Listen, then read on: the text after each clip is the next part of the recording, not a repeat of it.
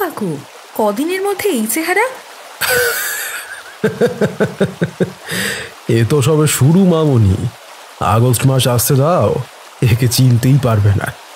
ভুটান পাহাড়ে অঝোরে বৃষ্টি হবে, আর সেই জল নামবে হুড় হুড় করে, ফুলে ফেঁপে উপচে আসবে বাগানে। আমরা বাঁধের চওড়া রাস্তায়, সামনে আদিগন্ত তোর্সা, তার প্রকাণ্ড বুক জুড়ে একেবারে খোলা জল পাক খেতে খেতে ছুটে চলেছে।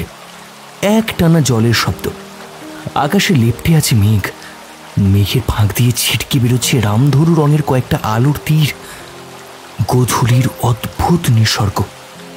ওপারে জলদাপাড়া ন্যাশনাল ফরেস্টের সরু কালো রেখা, তার ঠিক মাথায় জমাট বাঁধছে ধূমস কালো মেঘ। হামাগুড়ি দিয়ে সে উঠে আসছে দিগন্ত বেয়ে, ছেয়ে ফেলেছে আকাশ। জলো বাতাস সঙ্গে সঙ্গে বইতে শুরু করলো। না, আর থাকা যাবে না, বৃষ্টি আসছে, চলো গাড়িতে উঠি। কিন্তু ভদ্রলোক গেলেন কোথায়? ভদ্রলোক? কে? ও অনন্ত সরখেল, তাই তো। বাঁধে এসে গাড়ি দাঁড়ানো মাত্র হনহন করে সামনের দিকে এগিয়ে গিয়েছিলেন। কত দূর গেলেন? কিছুটা এগিয়েই রাস্তাটা বেঁকে গেছে বাঁ দিকে। অনন্তবাবুকে তো দেখা যাচ্ছে না। অনন্তবাবু, ও অনন্তবাবু! জোরে জোরে ডাকছি আর এগোচ্ছি, না, আরে কোনো উত্তরই নেই। আশ্চর্য লোক বটে একখানা। উফ! বেশ খানিকটা হাঁটার পরে সোমলতা বলে উঠল, টুকলুদা, শুনতে পাচ্ছ? ও অনন্তবাবু! আমারও কানে এসেছে, কিন্তু তিনি কোথায়? আর একটু এগোতেই মহাপ্রভু দৃশ্যমান হলেন। দুপাশে ঝোপঝাড়, আর তারই ফাঁক দিয়ে গিয়ে তিনি নেমে গেছেন একেবারে ঢাল বেয়ে। তাও আবার কোথায়? একেবারে নদীর জলের কাছে। কিন্তু কোনো দিকে তার খেয়াল নেই। দুহাত দুদিকে ছড়ানো, চোখ বন্ধ, শরীর দুলছে, গলা ছেড়ে গাইছেন। উফ, বাবারে বাবা! রবীন্দ্রনাথ এখানে থাকলে নির্ঘাত তোরসায় ঝাঁপ দিতেন। অনন্তবাবু, আরে অনন্তবাবু, প্লিজ থামুন। দুজনেই গলা ফাটিয়ে চেঁচাচ্ছি। হঠাৎ ঘুরে দাঁড়িয়ে একেবারে আর্তনাদ করে উঠলেন অনন্ত সরখেল। তোমরা আমায় একটু শান্তিতে গাইতেও দেবে না গো? কি ক্ষতি করেছি তোমাদের? ডিস্টার্ব করেছি? হ্যাঁ? সোমলতা একটু অপ্রস্তুত হয়ে বলে উঠল, না না, মানে তা নয়, আসলে গানের লিরিক্স মানে রবীন্দ্রনাথের। দ্বিগুণ জোরে চেঁচিয়ে উঠলেন অনন্তবাবু। বেশ করেছি, 100 বার করবো। উনি কি শুনতে এসছেন নাকি? মরে ভূত হয়ে গেছেন কোন জন্মে? কপিরাইট অব্দি চলে গেছে যে যেমন খুশি নাচছে, ব্যান্ড বাজাচ্ছে, আর আমি নিজের মতো গাইলে যত দোষ। হ্যাঁ, দোষ কিছুই না, তবে রবি ঠাকুরের ভূত এসে যখন আপনার ঘাড়ে চাপবে তখন বুঝবেন ঠেলা। আয় টুকলু, খবরদার! তুমি। অবনীবাবু আমাদের পিছন পিছন এসে গেছেন, হাসতে হাসতে বললেন, মিস্টার সরখেল, ওদের কথায় কান দেবেন না, ভালোই তো গাইছিলেন। আসলে বৃষ্টি আসছে কি না তাই, নইলে। বৃষ্টি? তাই নাকি? বৃষ্টি আসছে? আরে আরে, কি আনন্দ! অনন্ত সরখেল একেবারে আনন্দে লাফিয়ে উঠলেন। বুড়োর মাথা এই বুঝি পুরো গেছে। কদ্দিন, কদ্দিন ভিজিনি বৃষ্টিতে, ভিজবই, আমি ভিজবই। হাততালি দিয়ে গাইতে শুরু করে দিলেন। মেঘ মোর মনের সঙ্গী, ছুটে চলে দিকে দিগন্তে। হঠাৎ অবনী রায়ের গলা পাল্টে গেল। তিনি শান্ত গলায় বললেন, 1 সেকেন্ড, আপনি এখানে থাকুন, জলে ভিজুন, নো প্রবলেম। শুধু একটা ইনফরমেশন জেনে রাখুন, এই বাঁধের রাস্তায় চলাফেরা করে কিছু ওয়াইল্ড অ্যানিমেলস, হ্যাঁ, যেমন লেপার্ড, রাইনো, বুনো হাতি, আর ওয়াইল্ড ডগ গ্যাংদের তো এটাই মেন করিডর। চলি তাহলে, কেমন? অনন্তবাবুর চক্ষু দুটি মুহূর্তে রাজভোগ। বললেন, লেপার্ড, রাইনো, মানে গন্ডার? আমায় শুধু শুধু ভয় দেখাচ্ছেন কেন মশাই? জলদা ভাড়া তো ওপারে। এপারে চিলাপাতা কোদাল বস্তি নেই, জন্তুরা ওপার থেকে এপারে আসে না। না না, আপনি থাকুন, আপনি থাকুন স্যার। আই আই মশাই, যাচ্ছি যাচ্ছি। ঝোপঝাড় আঁকড়ে হাঁচড় পাচড় করে বাঁধের রাস্তায় উঠে এলেন অনন্ত সরকেল। বৃষ্টির কয়েকটা ফোঁটা গায়ে এসে পড়ল। গাড়ির দিকে ছুট দিলাম। ঝিরঝির করে বৃষ্টি শুরু হয়ে গেছে ততক্ষণে। অন্ধকার একেবারে ঘন হয়ে নামছে। অবনী রায় ড্রাইভারের সিটে বসে আছেন, পাশেই আমি, পিছনে সোমলতা আর অনন্তবাবু। অবনীবাবু সুইচ দিয়ে সেলফ ঘোরালেন। ঘোয়া করে একটা শব্দ হয়ে সেলফ আর্তনাদ করছে। কিন্তু আর্তনাদ করলে কি হবে? গাড়ি যে স্টার্ট হচ্ছে না। চাপ বাবা, এ আবার কি হলো? কাকু, মনে হচ্ছে সেলফ ফেঁসে গেছে। ঠিকই বলেছ, মাঝে মাঝে হয়। জিপটাকে এবার পাল্টাতেই হবে, ওর অনেক বয়স হলো। গাড়ির আলো তিনি নিভিয়ে দিলেন। হাফ প্যান্টের পকেট থেকে একটা মোবাইল বের করলেন। তারপর বড়ই হতাশভাবে মাথা নাড়লেন। বললেন, এই হচ্ছে আমাদের বাগানের প্রবলেম। দুই দিকে দুটো টাওয়ার বসালাম, তবুও যখন তখন সিগন্যাল থাকে না। বিলুটাকে যে ডেকে নেব তার কোনো উপায় নেই। উনি মেকানিক নাকি? হাফ মেকানিক কাম ড্রাইভার, আমাদের বাগানের স্টাফ। হ্যাঁ হ্যাঁ কাকু, ওকে চিনি। গত মাসে বিলুদাই আমাদের বাগডোগরা পৌঁছে দিয়েছিল। আচ্ছা কাকু, ওর গাড়িটাকে আনতে বললে হয় না? মানে মোবাইলের সিগন্যাল এলে। না মামনি, হয় না। ওটা লাক্সারি কার, এই পাথুরে জমিতে চলবে না। অর্ণব, তোমরা একটা কাজ করতে পারো? নিশ্চয়ই কাকু, বলুন না।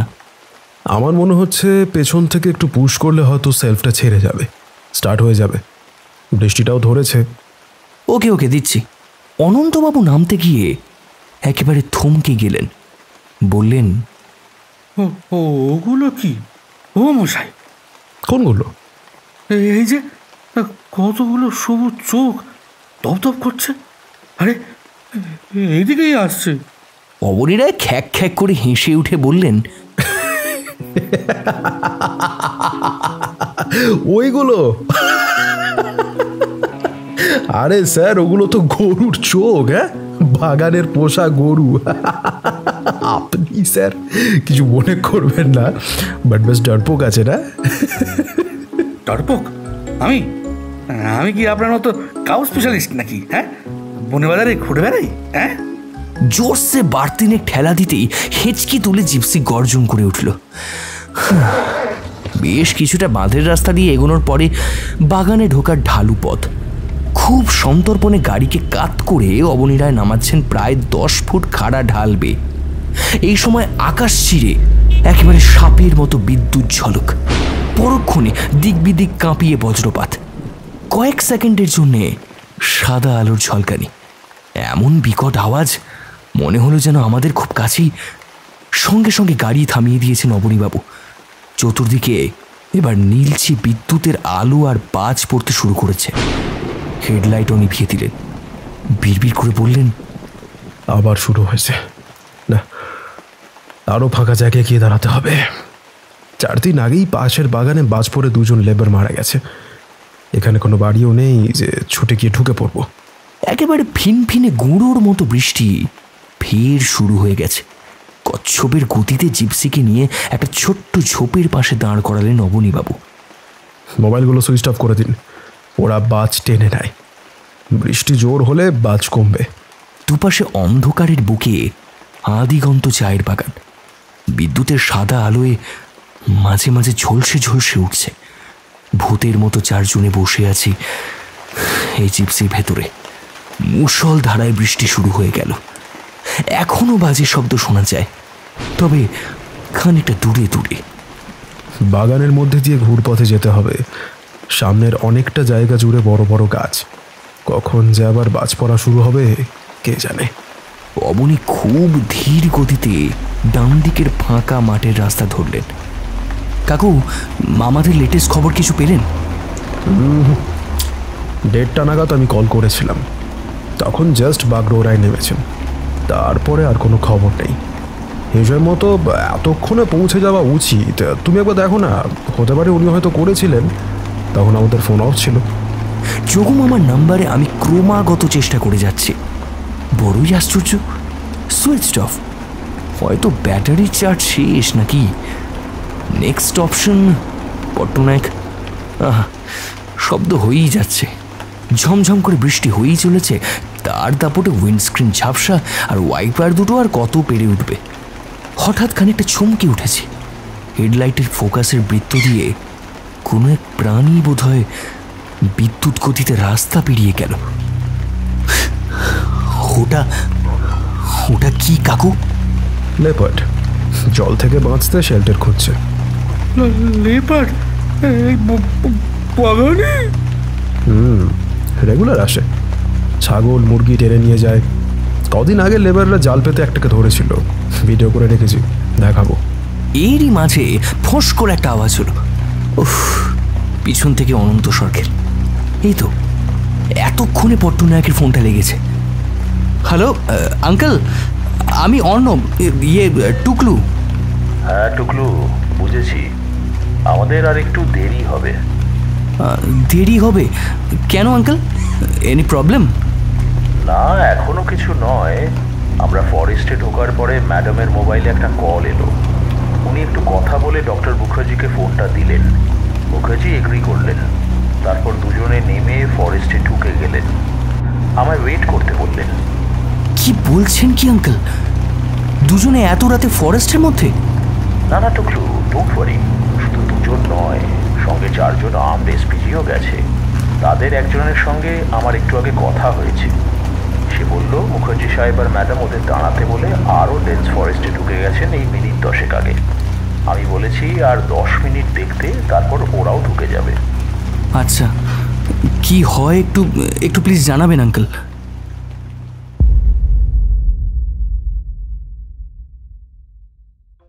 নমস্কার, আজ আমরা একত্রিত হয়েছি শুধু গল্পের জন্য।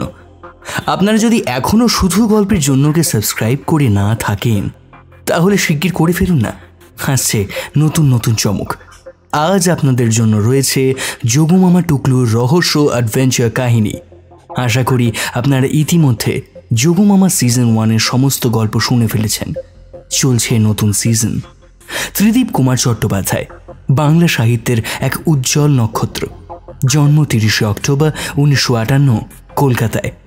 তার সাহিত্যকর্ম শুরু হয় দীনেশচন্দ্র চট্টোপাধ্যায় সম্পাদিত কিশোর ভারতী পত্রিকার মাধ্যমে। লেখক মূলত রহস্য, কল্পবিজ্ঞান এবং ইতিহাস নির্ভর সাহিত্যের জন্যই পরিচিত। কিশোর ভারতী ছাড়া নবকল্লোল, শুকতারা, আজকাল, প্রতিদিন প্রভৃতি পত্রিকায় প্রচুর গল্প লিখেছেন। তার সৃষ্ট বিজ্ঞানী গোয়েন্দা চরিত্র যোগু মামা ইতিমধ্যে পাঠককুলের কাছে বহুল জনপ্রিয়। আজ তারই লেখা যোগু মামা সিরিজের গল্প নিয়ে এসেছি আপনাদের জন্য। পত্রভারতী বুকস প্রাইভেট লিমিটেডকে অসংখ্য ধন্যবাদ আমাদের এই উদ্যোগে আমাদের পাশে থাকার জন্যে। শুরু হচ্ছে আজকের গল্প, জঙ্গলে ভয় ছিল।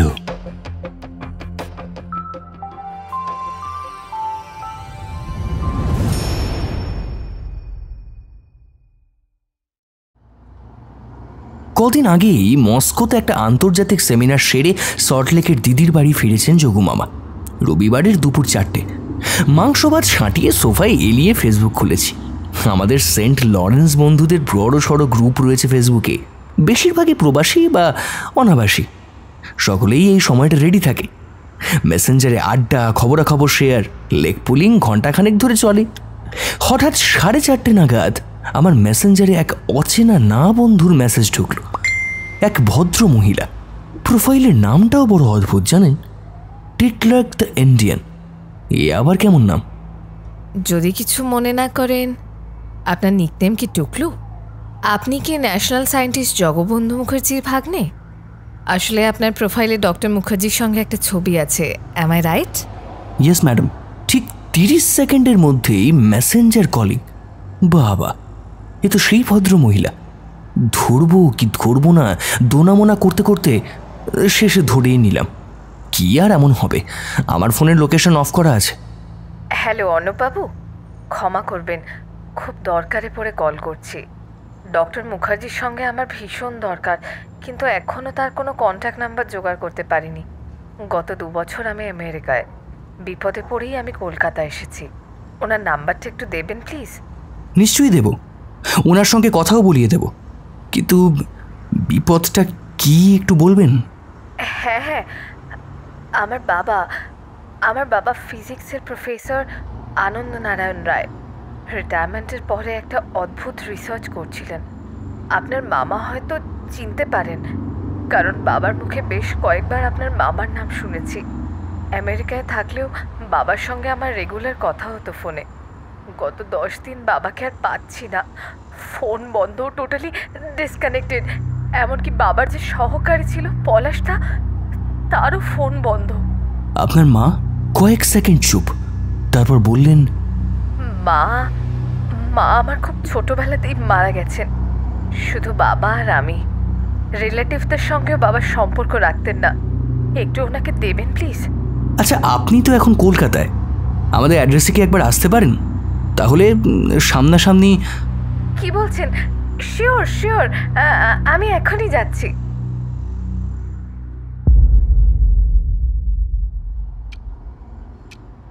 আমরা নর্থ বেঙ্গলের মানুষ, জন্ম লেখাপড়া সব ওখানে।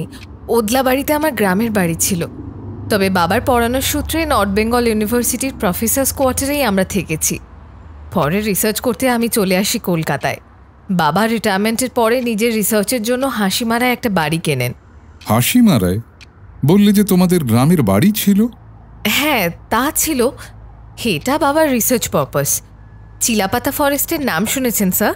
ওই জঙ্গলেরই খুব কাছে। মহিলার নাম তিতির রায় বর্মন, টিটলার্কের বাংলা প্রতিশব্দ। সঙ্গে অবশ্য হাজব্যান্ডও এসেছেন, তার নাম আজাদ বর্মন। আমাদের ড্রয়িং রুমে যোগু মামার মুখোমুখি বসে। বিকেল গড়িয়ে একেবারে সন্ধে নেমেছে। তোমার বাবার নাম হয়তো বা একাধবার শুনেছি, কিন্তু কোনোদিন যোগাযোগ বা আলাপ হয়নি। ওনার রিসার্চের টপিক কি ছিল জানো নাকি কিছু? হ্যাঁ স্যার, জানি। তার আগে স্যার একটা প্রশ্ন করব। বাবার সঙ্গে আপনার কখনো দেখা সাক্ষাৎ বা চিঠি মেল কিছুই কি হয়নি?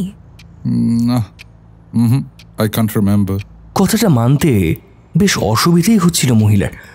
একটু চুপ করে থেকে বললেন, ওকে স্যার, বাবার রিসার্চের বিষয়টা খুবই পিকুলিয়ার। লাইটনিং ইলেকট্রিসিটি এনার্জিকে এগ্রিকালচার ইন্ডাস্ট্রিতে কাজে লাগানো। হোয়াট? লাইটনিংয়ের ইলেকট্রিসিটিকে চাষের কাজে ব্যবহার? হ্যাঁ স্যার, বাবা কাজটা নিয়ে অনেক দূর এগিয়েও ছিলেন। আমি লাস্ট ক্রিসমাস ভ্যাকেশনে এসেছিলাম এখানে, দেখেও গেছি আমি। আজ বাবা থাকলে। স্যার, আপনি তো জানেন প্রাণীদের ওপর বিদ্যুতের বিরাট একটা এফেক্ট আছে। ইতিমধ্যে বিজ্ঞানীরা দেখেছেন ধান, গম এইসব শস্য গাছে যদি ব্রিডিং সিজনে রেগুলারলি মেথড ইলেকট্রিক কারেন্ট দেওয়া যায়, লাইক শক থেরাপি, তাহলে তাদের গ্রোথ খুব দ্রুত হয়। ইয়েস। হ্যাঁ স্যার, কিন্তু মাইলের পর মাইল ছড়িয়ে থাকা শস্য খেতে এইভাবে শক থেরাপি দেওয়া সম্ভব নয়। তাই বাবার বক্তব্য ছিল ন্যাচারাল ইলেকট্রিসিটি, যেমন লাইটনিং, তার থেকে যে পাওয়ার জেনারেটেড হচ্ছে তাকে যদি এই কাজে লাগানো যায়, তবে খাদ্যশস্য প্রোডাকশন অনেক গুণ বেড়ে যাবে, সোসাইটি বেনিফিটেড হবে। Amazing idea. কিন্তু লাইটনিংয়ের থেকে যে হাই ভোল্টেজ পাওয়ার জেনারেটেড হচ্ছে সেটাকে স্টোর করা কি করে সম্ভব? সে তো সামনে যাকে পাচ্ছে পুড়িয়ে জ্বালিয়ে আর্থে নেমে যাচ্ছে সেকেন্ডের মধ্যে। হ্যাঁ স্যার, ওটাই বাবার রিসার্চ অ্যান্ড ওটাই চ্যালেঞ্জ। আমি দেখেছি বাবা বাংলোর জমির বাউন্ডারি ওয়াল জুড়ে পাম গাছ লাগিয়েছিলেন। সেই গাছগুলোর প্রত্যেকটার মাথায় আছে মেটালিক রিসেপ্টর, গাছের গায়ে জড়ানো তার। সেই তারগুলো এসে জুড়েছে বাংলোর লাগোয়া বড় শেডের মধ্যে। সেখানে বড় বড় মেশিন বসানো, আর সামনের জমিতেও তার বিছানো। উইন্টার তাই ন্যাড়া পড়েছিল। বাস এইটুকুই তখন দেখেছি। এবার এসে যাওনি এখনো? না স্যার, বাবা পলাশদা দুজনের কারোর সঙ্গে কন্ট্যাক্ট করতে না পেরে দুশ্চিন্তায় আমি দেশে চলে এসেছি। আজাদকে যেতে বলেছিলাম, ও একা একা যেতে রাজি হলো না। আসলে এখন কুচবিহার জলপাইগুড়িতে আমাদের তেমন পরিচিত কেউই থাকে না, আর যাদের চিনি তাদের আর। থেমে গেলেন তিতির, আজাদের দিকে তাকাচ্ছেন। আজাদ এতক্ষণ একটাও কথা বলেননি, কাগজের পাতা বসে বসে উল্টাচ্ছিলেন। এবার বলে উঠলেন, না না, সব খুলে বল, তোর বলতে অসুবিধা থাকলে আমি বলতে পারি। যোগু মামা ওর দিকে তাকালেন, বললেন, তোমরা দুজনেই এখন আমেরিকায়? না স্যার, তিতির একা গেছে, আমি ব্যাঙ্গালোরেই আছি। আমরা দুজন কলেজ থেকে ক্লাসমেট, একসাথে বায়োটেকনোলজিতে MSc PhD করেছি, একই কোম্পানিতে চাকরি করেছিলাম। বছর দেড়েক হলো ফ্লোরিডার ইউনিভার্সিটি থেকে পোস্ট ডক স্কিম পেয়ে তিতির ইউএসএ গেছে। তুমিও নিশ্চয়ই নর্থ বেঙ্গলের ছেলে। হ্যাঁ স্যার, তাই মনে হয়। আমার সম্পর্কে বরঞ্চ তিতির বলবে। ওসব কথা পরে হবে। মা যথারীতি এসে দাঁড়িয়েছেন, দুহাতে দুটো বড় বড় থালায় প্রচুর বেগুনি আর পকোড়া, পিছনে সোমলতা, ওর হাতে এক জামবাটি মুড়ি। আগে এগুলোর গতি করো, তেলে ভাজা ঠান্ডা খাওয়া উচিত নয়। যা বলেছেন দিদি। পিছন থেকে টপকে একখানা বেগুনি ছোঁ মেরে তুলে নিয়েছেন অনন্ত সরখেল। রবিবারের বিকেলের দুই রেগুলার গেস্ট অনন্ত সরখেল আর সোমলতা অনেকক্ষণ এসেছেন, কিন্তু একটানা কথা বলার ফাঁকে ওদের সঙ্গে আলাপ করানো যায়নি। সোমলতা বলে উঠল, উত্তরবঙ্গ কিন্তু দারুণ অ্যাট্রাকটিভ। আমি তো কদিন আগেই ওসব জায়গা থেকে ঘুরে এলাম। চিলাপাতা, বানিয়া নদী, ওদিকে জলদাপাড়া, ফোনসিলিং সব ঘুরেছি। তাই? হ্যাঁ, আমার বন্ধু জয়ের বাবা অবনী কাকু লক্ষ্মীমণি টি এস্টেটের জেনারেল ম্যানেজার। অনেক দিন ধরে জয় বলছিল, হাসিমারে একেবারে গায়ে বিরাট চা বাগান। আচ্ছা আঙ্কেল, একবার অবনী কাকুকে জিজ্ঞাসা করব। একটু দাঁড়াও মামনি, পুরো ব্যাপারটা ওদের কাছ থেকে আগে জেনে নি। হ্যাঁ আজাদ, তুমি আগে বলো। আজাদ এক মুঠো মুড়ি মুখে দিয়েছেন, চিবোতে চিবোতে তিতিরের দিকে চোখের ইশারা করলেন। তিতির বললেন, তোর যা খুশি বলতে পারিস, তোর মতামত তুই বলবি, আমার কি বলার আছে এতে? Thank you sir. তিতিরের বাবাকে চিনি কলেজ লাইফ থেকে। মানুষটা পণ্ডিত, সর্বক্ষণ বিজ্ঞান নিয়েই পড়ে থাকতেন, কিন্তু অতীব সরল, প্রচণ্ড তেল খেতে ভালোবাসেন। যে যা বলে বিশ্বাস করে ফেলেন, আর সেটাই মেন প্রবলেম। কীরকম? যেমন ধরুন স্যার, কেউ বা কারা আপনাকে বলল আপনি রাজা, বিশ্বাস করবেন? করবেন না, কিন্তু উনি করেন। ওনাকে কিছু লোক বুঝিয়েছে উনি রাজা, মানে রাজ ফ্যামিলির। উনি সেটা বিশ্বাস করে ফেলেছেন। রাজ ফ্যামিলির? হ্যাঁ স্যার, আপনারা নারায়ণ রায়ের নাম নিশ্চয়ই শুনেছেন। 500 বছর আগে এই এলাকার নাম ছিল কামতাপুর। কুচবিহার, জলপাইগুড়ি, আসামের অনেকটা অংশ নিয়ে এই কামতাপুর স্বাধীন রাজ্য ছিল। নরনারায়ণ তার সবচেয়ে নামী রাজা ছিল, পরে সব ভেঙে চুরে যায়। নরনারায়ণের ভাই চিলা ছিলেন রাজ্যের সেনাপতি, তার জন্যই চিলাপাতা ফরেস্ট। ওখানে একটা প্রাচীন দুর্গের খণ্ডরও আছে, নল রাজার গড়। সেটা নাকি কামতাপুরের রাজধানী ছিল। আজাদ বলে যাচ্ছেন, যোগুমামার সঙ্গে আমার একবার চোখাচোখি হলো। পুরনো এক স্মৃতি মনে পড়ে যাচ্ছে। সেই জীবন মণ্ডল, মদনমোহন মূর্তি, আবার কামতাপুর। তো এই লোকগুলো ওনাকে বুঝিয়েছে যে উনি এই বংশের একমাত্র উত্তরাধিকারী, সুতরাং ওনাকে সামনে রেখে রাজবংশীদের একজোট করে আলাদা রাজ্য চাইতে হবে। তাহলে KLO? KLO মানে কামতাপুর লিবারেশন অর্গানাইজেশন, তাই না অর্ণবাবু? ওরা 7-8 বছর আগে শেষ হয়ে গেছে, কিন্তু যা হয় ভেতরে ভেতরে দিকে দিকে আগুন জ্বলতেই থাকে, আর বাইরে উস্কানি থাকে সব সময়। টাকা পয়সার খেলা। নতুন গ্রুপ তৈরি হচ্ছিল, তারা ওনাকে অ্যাপ্রোচ করে স্বাধীন কামতাপুরের রাজা হওয়ার জন্য। উনি কিছু না বুঝেই রাজি হয়ে গেলেন। রাজি হয়ে গেলেন? হ্যাঁ স্যার, গেলেন। যতদিন ইউনিভার্সিটিতে ছিলেন ততদিন ব্যাপারটা গোপন ছিল, কিন্তু রিটায়ারমেন্টের পরে ওনার বাংলোতে এই ধান্দাবাজ লোকগুলো আসতে শুরু করলো। মিটিং হতো, উনি নিখোঁজ হওয়ার আগে পর্যন্ত এইভাবেই চলছিল। আমি এবার তিতির অনেক মানা করেছি, শোনেননি। এমনকি বাংলোর বাইরে নরনারায়ণের একটা হাফ বাস্ট মূর্তি বসিয়েছিলেন। পুরো ওনার পাগলামি। এর ফলে কী হলো জানেন? সরকার সবই জানতে পেরে গেল, ওনার উপর নজর রাখা শুরু হলো। ইনোভেটিভ সব রিসার্চ করা সত্ত্বেও গভর্নমেন্টের কোনো অ্যাসিস্ট্যান্স পাননি। তিতির, তুমিও কি এদের কথা মিন করছো? এদের সঙ্গে এখনো তোমার যোগাযোগ আছে? না স্যার, এদের এখন বিশেষ ক্ষমতাও নেই। তবু বাবার সূত্রে দু একজন কখনো কখনো ফোন করতো, রিসেন্টলি আর করেনি। আমাকে ওদের নম্বরগুলো দিও। আর আজাদ সম্পর্কে কি বলবে বলছিলে? ওর সম্পর্কে কিছুই বলার নেই স্যার, সেই জন্যই ওর সম্পর্কে আমায় বলতে বলল। স্যার, আজাদ একজন পিওর অরফ্যান। কুমারগ্রামের মাঝের ডাবরি টি এস্টেটের পাশে একটা পুরনো চার্চ আছে, তার গেটের সামনে কাপড়ে জড়ানো অবস্থায় ওকে পাওয়া যায়। দিনটা ছিল 15ই আগস্ট, স্বাধীনতা দিবস, তাই ফাদাররা নাম দেন আজাদ। চার্চের কেয়ারটেকার ছিলেন মানিক বর্মন, ওর পালক বাবা। ব্যাস এইটুকুই। বুঝলাম। তিতির, তোমার বাবার গবেষণা নিয়ে আরও ডিটেলসে জানতে চাই। Very interesting. যা যা রিসার্চ করেছেন বা করবেন বলে ভেবেছেন আমায় খুব সংক্ষেপে জানাবে। মেইল আইডি তোমায় মেসেজ করছি। Okay sir. ডোন্ট ওয়ারি, আমি বিষয়টা হাতে নিচ্ছি। টুকলু, সব নোট করে রাখ। স্যার, আমি কাল ব্যাঙ্গালোর ফিরে যাচ্ছি। পরশু ফরেন টিম ভিজিট করবে। আপনাকে স্যার আমি পেয়ে গেছি, জানি সব ঠিক হয়েই যাবে। রাত 9টা। এর মধ্যে মামা লক্ষ্মীমণি চা বাগানের অবনী রায়ের সঙ্গে ফোনে কথা বলেছেন। অবনীবাবু মানুষটাকে চিনতেন, তবে মাস 3-4 আর দেখা হয়নি। বিরক্তির সুরে বলেছেন, ঘোড়ার ডিম বিজ্ঞানী, উন্মাদ মেগালোম্যানিয়াক একটা। কেন? আরে আর বলবেন না, হুমকি দিত সব তাড়িয়ে দেব। ব্রিটিশদের দালালি করে আমাদের রাজ্য শুষছেন, এসব আর চলবে না। ওনার রিসার্চ নিয়ে কোনো কথা হয়নি? হ্যাঁ, আপসেট কথাবার্তা সব। আমাদের বাগানের গাছে গাছে নাকি যন্তর ফিট করে দেবে, বাজ পড়া বন্ধ হবে, চা পাতারা খুব বাড়বে। যত সব পাগলের প্রলাপ। ওনার ডেরা চিনতেন? লোকেশনটা জানি, নিয়ে যেতে পারবো। চোখ বোলাতে বোলাতে হঠাৎ সোজা হয়ে বসলেন যোগুমামা। তার ভ্রু একেবারে কুঞ্চিত।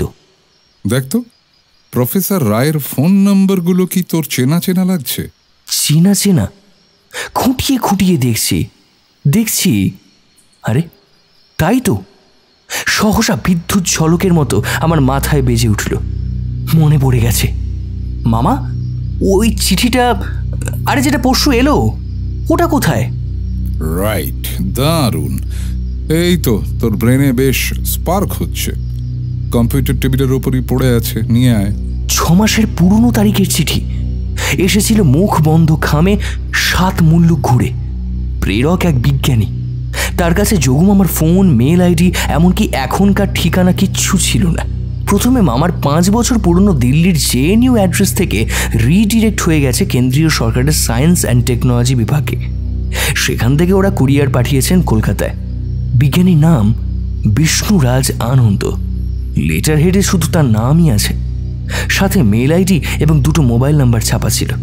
কোনো ঠিকানা নেই। বিষ্ণুর ইংরেজিতে টাইপ চিঠিটা মাত্র 3 লাইনের।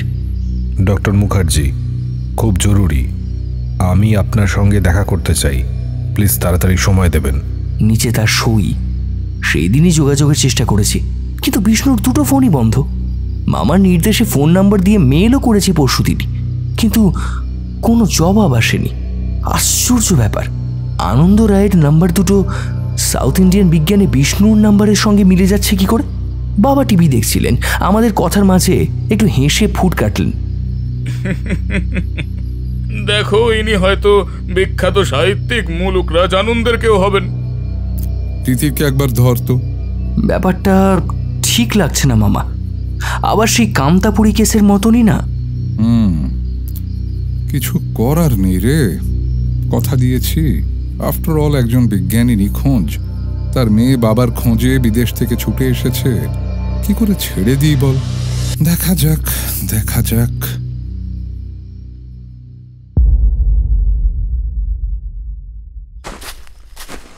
যোগুমামা হাঁটতে হাঁটতে একবার পিছন ফিরে তাকালেন। গাড়ি দুটোর আলো এখন আর দেখা যাচ্ছে না। ওরা রাস্তা থেকে অনেকটাই ভিতরে ঢুকে এসেছেন।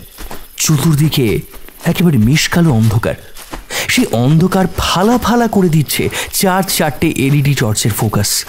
ভূতের মতো দাঁড়িয়ে থাকা বিশাল বিশাল গাছেদের ফাঁক দিয়ে কিছুটা সুঁড়ি পথ, পাতায় পাতায় হাওয়ার শন শন শব্দ, একটানা জঙ্গলি ঝিঁঝিদের গান।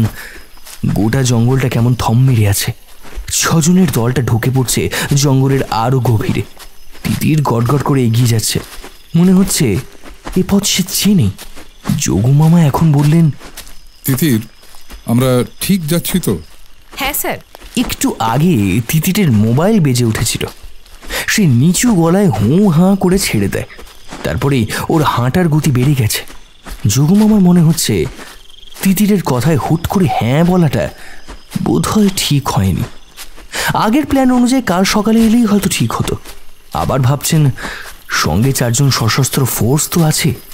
যদি এর পিছনে কোনো কুমতলব থেকেও থাকে, এত সহজ হবে না প্যাচে ফেলা। আটঘাট বেঁধেই কাজে নামা হয়েছে।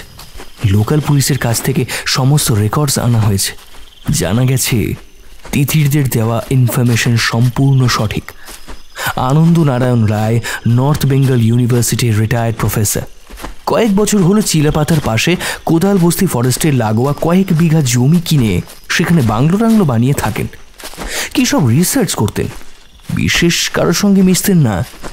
সঙ্গে এক সহকারী ছিল। কিছু লোকাল লোক ওর কাছে কাজ করত। পুলিশকে গোয়েন্দারা খবর দিয়েছিল কিছু সন্দেহজনক লোকজনের আনাগোনা আছে প্রফেসরের বাড়িতে। তারপর থেকে পুলিশ নজর রাখত। 3 দশেক হলো বাংলো বন্ধ, আলো জ্বলে না, সারা শব্দ নেই, কেউ আসেও না। পটনায়ক খবর পাঠান, তিনি আসছেন। পুরো এলাকা ছানবিন করে রিপোর্ট চাই। বিজ্ঞানীকে খুঁজে বের করতেই হবে। যোগুমামা যোগাযোগ করেন কেন্দ্রীয় সায়েন্স অ্যান্ড টেকনোলজি বিভাগের কর্তার সঙ্গে। সেখান থেকে বড় বিচিত্র তথ্য হাতে এলো। আনন্দ নারায়ণ রায়ের নাম কেবল বিজ্ঞানী হিসেবে রেকর্ডে আছে, আর কোনো ডেটা নেই। কারণ তিনি সরকারের কাছে কখনো স্কিম বা প্রজেক্ট জমা দেননি। অন্যদিকে বিষ্ণুরাজ আনন্দ নামের যে সাউথ ইন্ডিয়ান বিজ্ঞানী মামাকে চিঠি দিয়েছিলেন, তার সম্পর্কে অনেকখানি তথ্য পাওয়া গেছে। বিষ্ণু ঠিকানা ব্যাঙ্গালোর। উনি ফিজিক্সের নানা বিষয়ে রিসার্চের জন্য নানা সময় সায়েন্স অ্যান্ড টেকনোলজি বিভাগকে আবেদনপত্র এবং প্রজেক্ট জমা দিয়েছেন। অদ্ভুত অদ্ভুত সব সাবজেক্ট, ফিজিক্সের সঙ্গে বায়োলজি, অ্যাস্ট্রোনমি থেকে ওয়েদার সায়েন্স পর্যন্ত কিচ্ছু বাদ নেই। ফলে যা হওয়ার তাই হয়েছে। কোনোটাই স্ক্রুটিনি কমিটি অ্যাপ্রুভ করেন। তারা প্রজেক্টগুলোকে অসম্ভব মনে করেছে। শেষ আবেদনপত্র বিষ্ণু পাঠিয়েছিলেন 6 মাস আগে। তারিখ মিলিয়ে দেখা যাচ্ছে তার পরদিনই জগবন্ধু মুখার্জির সঙ্গে দেখা করতে চেয়ে তিনি চিঠি পোস্ট করেন। কর্ণাটক পুলিশের সর্বোচ্চ মহলে নির্দেশ দেওয়া হয়েছে বিষ্ণুকে খুঁজে বের করার জন্য। এখনো পর্যন্ত জানা গেছে বিষ্ণু গত কয়েক মাস ওই ঠিকানায় থাকছেন না। তিতির এবং তার স্বামী আজাদ স্পষ্ট জানিয়েছে বিষ্ণুরাজ আনন্দ নামের কোনো ব্যক্তিকে তারা চেনে না, এমনকি নামও শুনেনি। তিতিরকে নিয়ে যোগুমামা যখন সদল বলে ঘটনাস্থলে আসা স্থির করে ফেললেন, তখন লক্ষ্মীমণি টি এস্টেটের অবনীবাবু একেবারে নাছোড়বান্দা হয়ে পড়লেন। বাগানের বাংলোতেই ওদের থাকতে হবে। যোগুমামাও কিছুক্ষণ পরে রাজি হয়ে গেলেন। পরিকল্পনা অনুযায়ী আমি, সোমলতা এবং অনন্ত সরখেল যেদিন সকালে পৌঁছলাম হাসিমারা স্টেশনে, সেই দিনই দুপুরের ফ্লাইটে যোগুমামা নামলেন। পট্টনায়ক আর তিতির রায় বর্মন দুজনেই মামার সাথেই ছিলেন।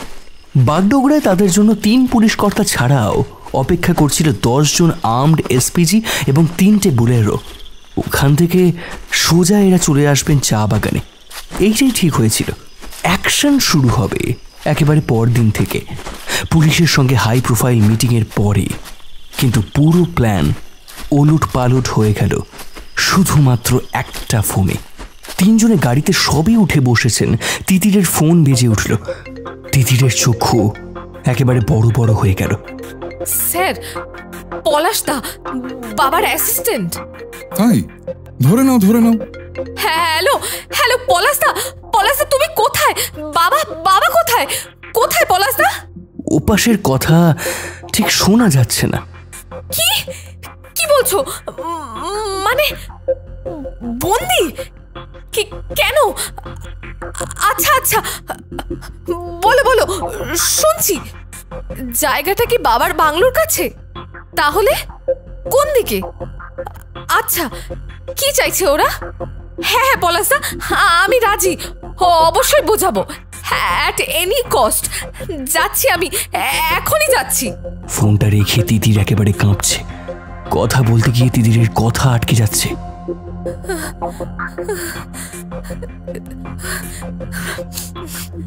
স্যার স্যার, ওরা ওরা ওরা আমার বাবাকে আটকে রেখেছে স্যার। মেরে মেরে ফেলবে বলছে ওরা। কেন? কারা? বাবার রিসার্চটা ওদের চাই। ওরা স্যার, ওই লোকগুলো, মানে মানে মানে বাবাকে যারা উস্কাচ্ছিল, যারা আবার কামতাপুর। পলাশ কোথায়? পলাশদাকে ওরা ধরতে পারেনি, সে ওদের ডেরার পাশেই লুকিয়ে আছে। সেখান থেকেই আমাকে ফোন করেছে, বলেছে তোমার বাবাকে বোঝাও, দিয়ে দিতে বলো। তুমি বললে হয়তো প্রফেসর সাহেব রাজি হয়ে যাবেন। কিন্তু ওই রিসার্চ নিয়ে ওরা করবেটা কি? সেটা তো জানি না স্যার, নিশ্চয়ই অনেক কোটি টাকায় বেচে দিয়ে দলের ফান্ড বাড়াবে। পলাশদা বলেছে লোকগুলো নাকি খুব ক্রুয়েল, মানুষ মারতে ওদের হাত কাঁপে না। আমি যাবো স্যার, আমি বাবাকে বোঝাবো, দিয়ে দিতে বলবো। বলছো কি তিতির, তোমার বাবার এতদিনের স্বপ্ন কতগুলো বদমাইশের হাতে তুলে দেবে? হ্যাঁ স্যার, দেব। আমার কাছে আমার বাবার জীবন সবার আগে।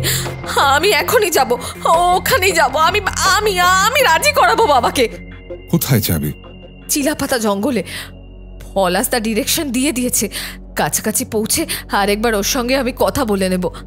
আমায় নামিয়ে দিয়ে চলে যান এবার। বাবা ছাড়া কেউ নেই স্যার আমার।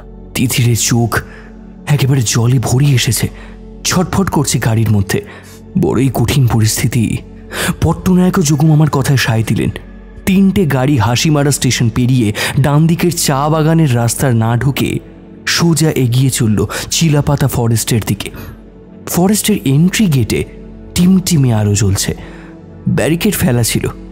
পুলিশের গাড়ি দেখে সঙ্গে সঙ্গে উঠে গেল। মাঝে মাঝে ছোট ব্রিজ বা কালভার্ট পড়ছে, নিচে দিয়ে পাহাড়ি নদী বয়ে যাচ্ছে। তিতির বিড়বিড় করছে, দুটো হলো। এর মধ্যেই তিতির দুবার কথা বলেছে ফোনে পলাশের সঙ্গে। হেডলাইটের আলোয় 4 নম্বর কালভার্ট দেখা যাচ্ছিল। তিতির বলে উঠল, ক্রস করে গাড়ি থামাবেন, আমি নেমে যাব। ঘন অন্ধকারে ডুবে আছে ডুয়ার্সের অরণ্য রাজ্য। জনপ্রাণীর চিহ্ন মাত্র নেই। এই অবস্থায় তিতিরকে একা ছেড়ে দেবেন যোগুমামা? তা কখনো হয় নাকি? চলো তিতির, আমিও তোমার সঙ্গে যাচ্ছি। না স্যার, আপনি কেন যাবেন স্যার? আমার বাবা, আপনি রিস্ক কেন নেবেন? তাছাড়া পলাশদা আমাকে একা যেতে বলেছে। তেমন হলে না হয় ফিরে আসবো। প্রফেসর রায় আর আমি একই ফ্র্যাটার্নিটির মানুষ। ইটস মাই ডিউটি তিতির, নয়তো আসতামই না। চলো। বনের অনেক ভিতরে ঢুকে পড়েছেন। বাঁদিকে গাছের ফাঁক দিয়ে হালকা রূপলি রেখা, সেই নদীটায় ঘুরে ফিরে বয়ে যাচ্ছে। শন শন করে শব্দ হচ্ছে। আমাদের দলটা দাঁড়িয়ে পড়েছে। টর্চের ফোকাস গিয়ে পড়ছে তার শরীরে। মেটে রঙের বড় সড়ো একটা পাইথন সরসর করে ঢুকে যাচ্ছে গাছের ফাঁকে। আবার তিতিরের ফোন বেজে ওঠে। খুব নিচু স্বরে কিছু কথাবার্তা বলে, তারপরই বলে, স্যার, পলাশদা একটু দূরে, আমাদের দেখতে পেয়ে গেছে। আমায় একা যেতে হবে স্যার, এদের সঙ্গে নিয়ে যাওয়া যাবে না। বলছে ওরা দেখে ফেললে সঙ্গে সঙ্গে আমার বাবাকে মেরে ফেলবে। যোগুমামা এক মুহূর্ত ভাবলেন, তারপরই বললেন, ঠিক আছে, শোনো, তোমরা এখানে টর্চ নিভিয়ে ওয়েট করো, আমি ওর সঙ্গে যাচ্ছি।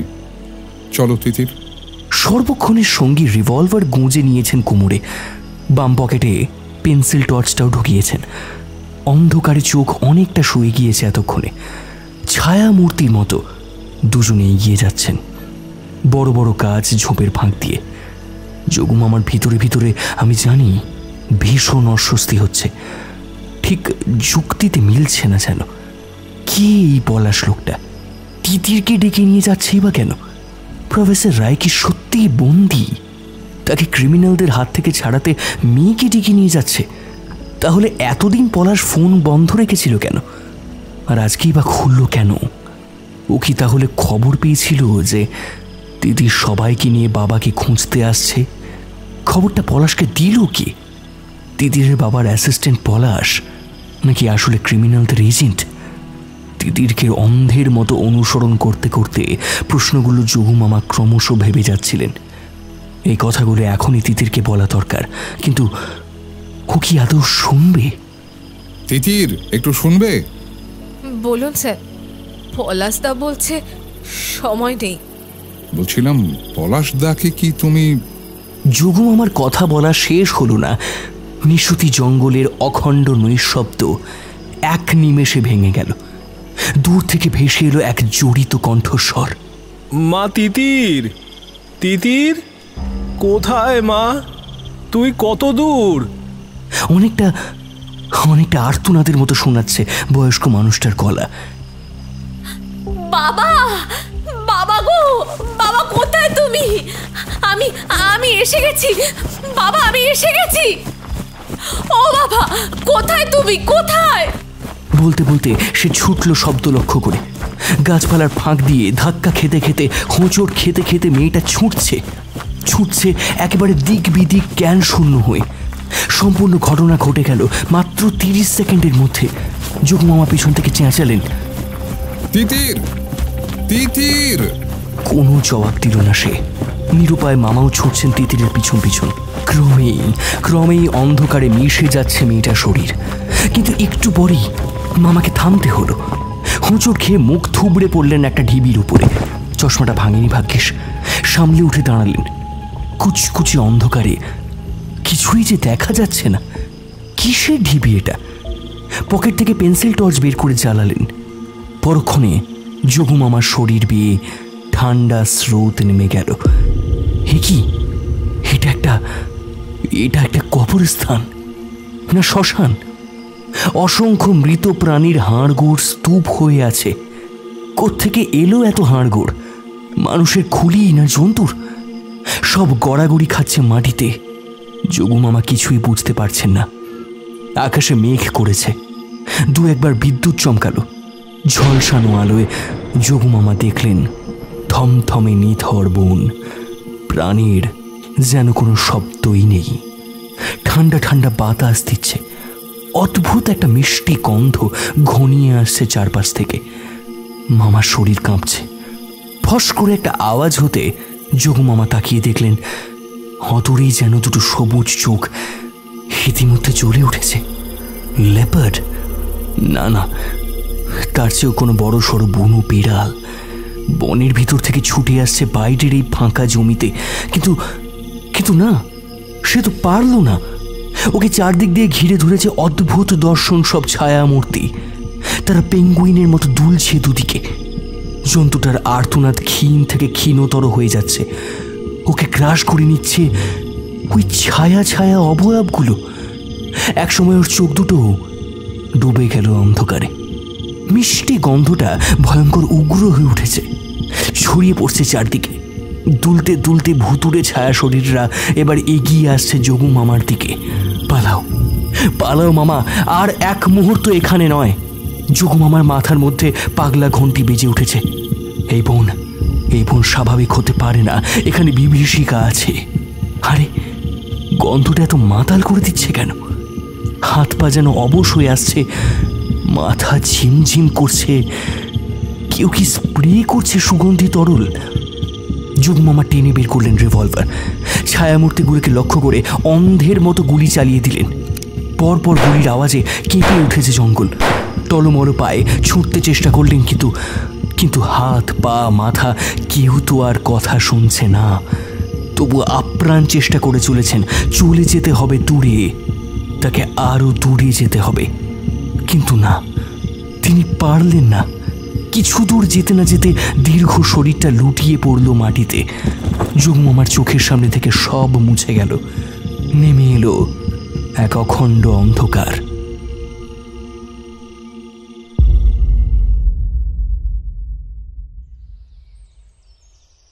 ডক্টর মুখার্জি, জায়গাটা আইডেন্টিফাই করতে পারবেন? যেখানে অ্যাটাকড হয়েছিলেন? মনে হয় পেরে যাব।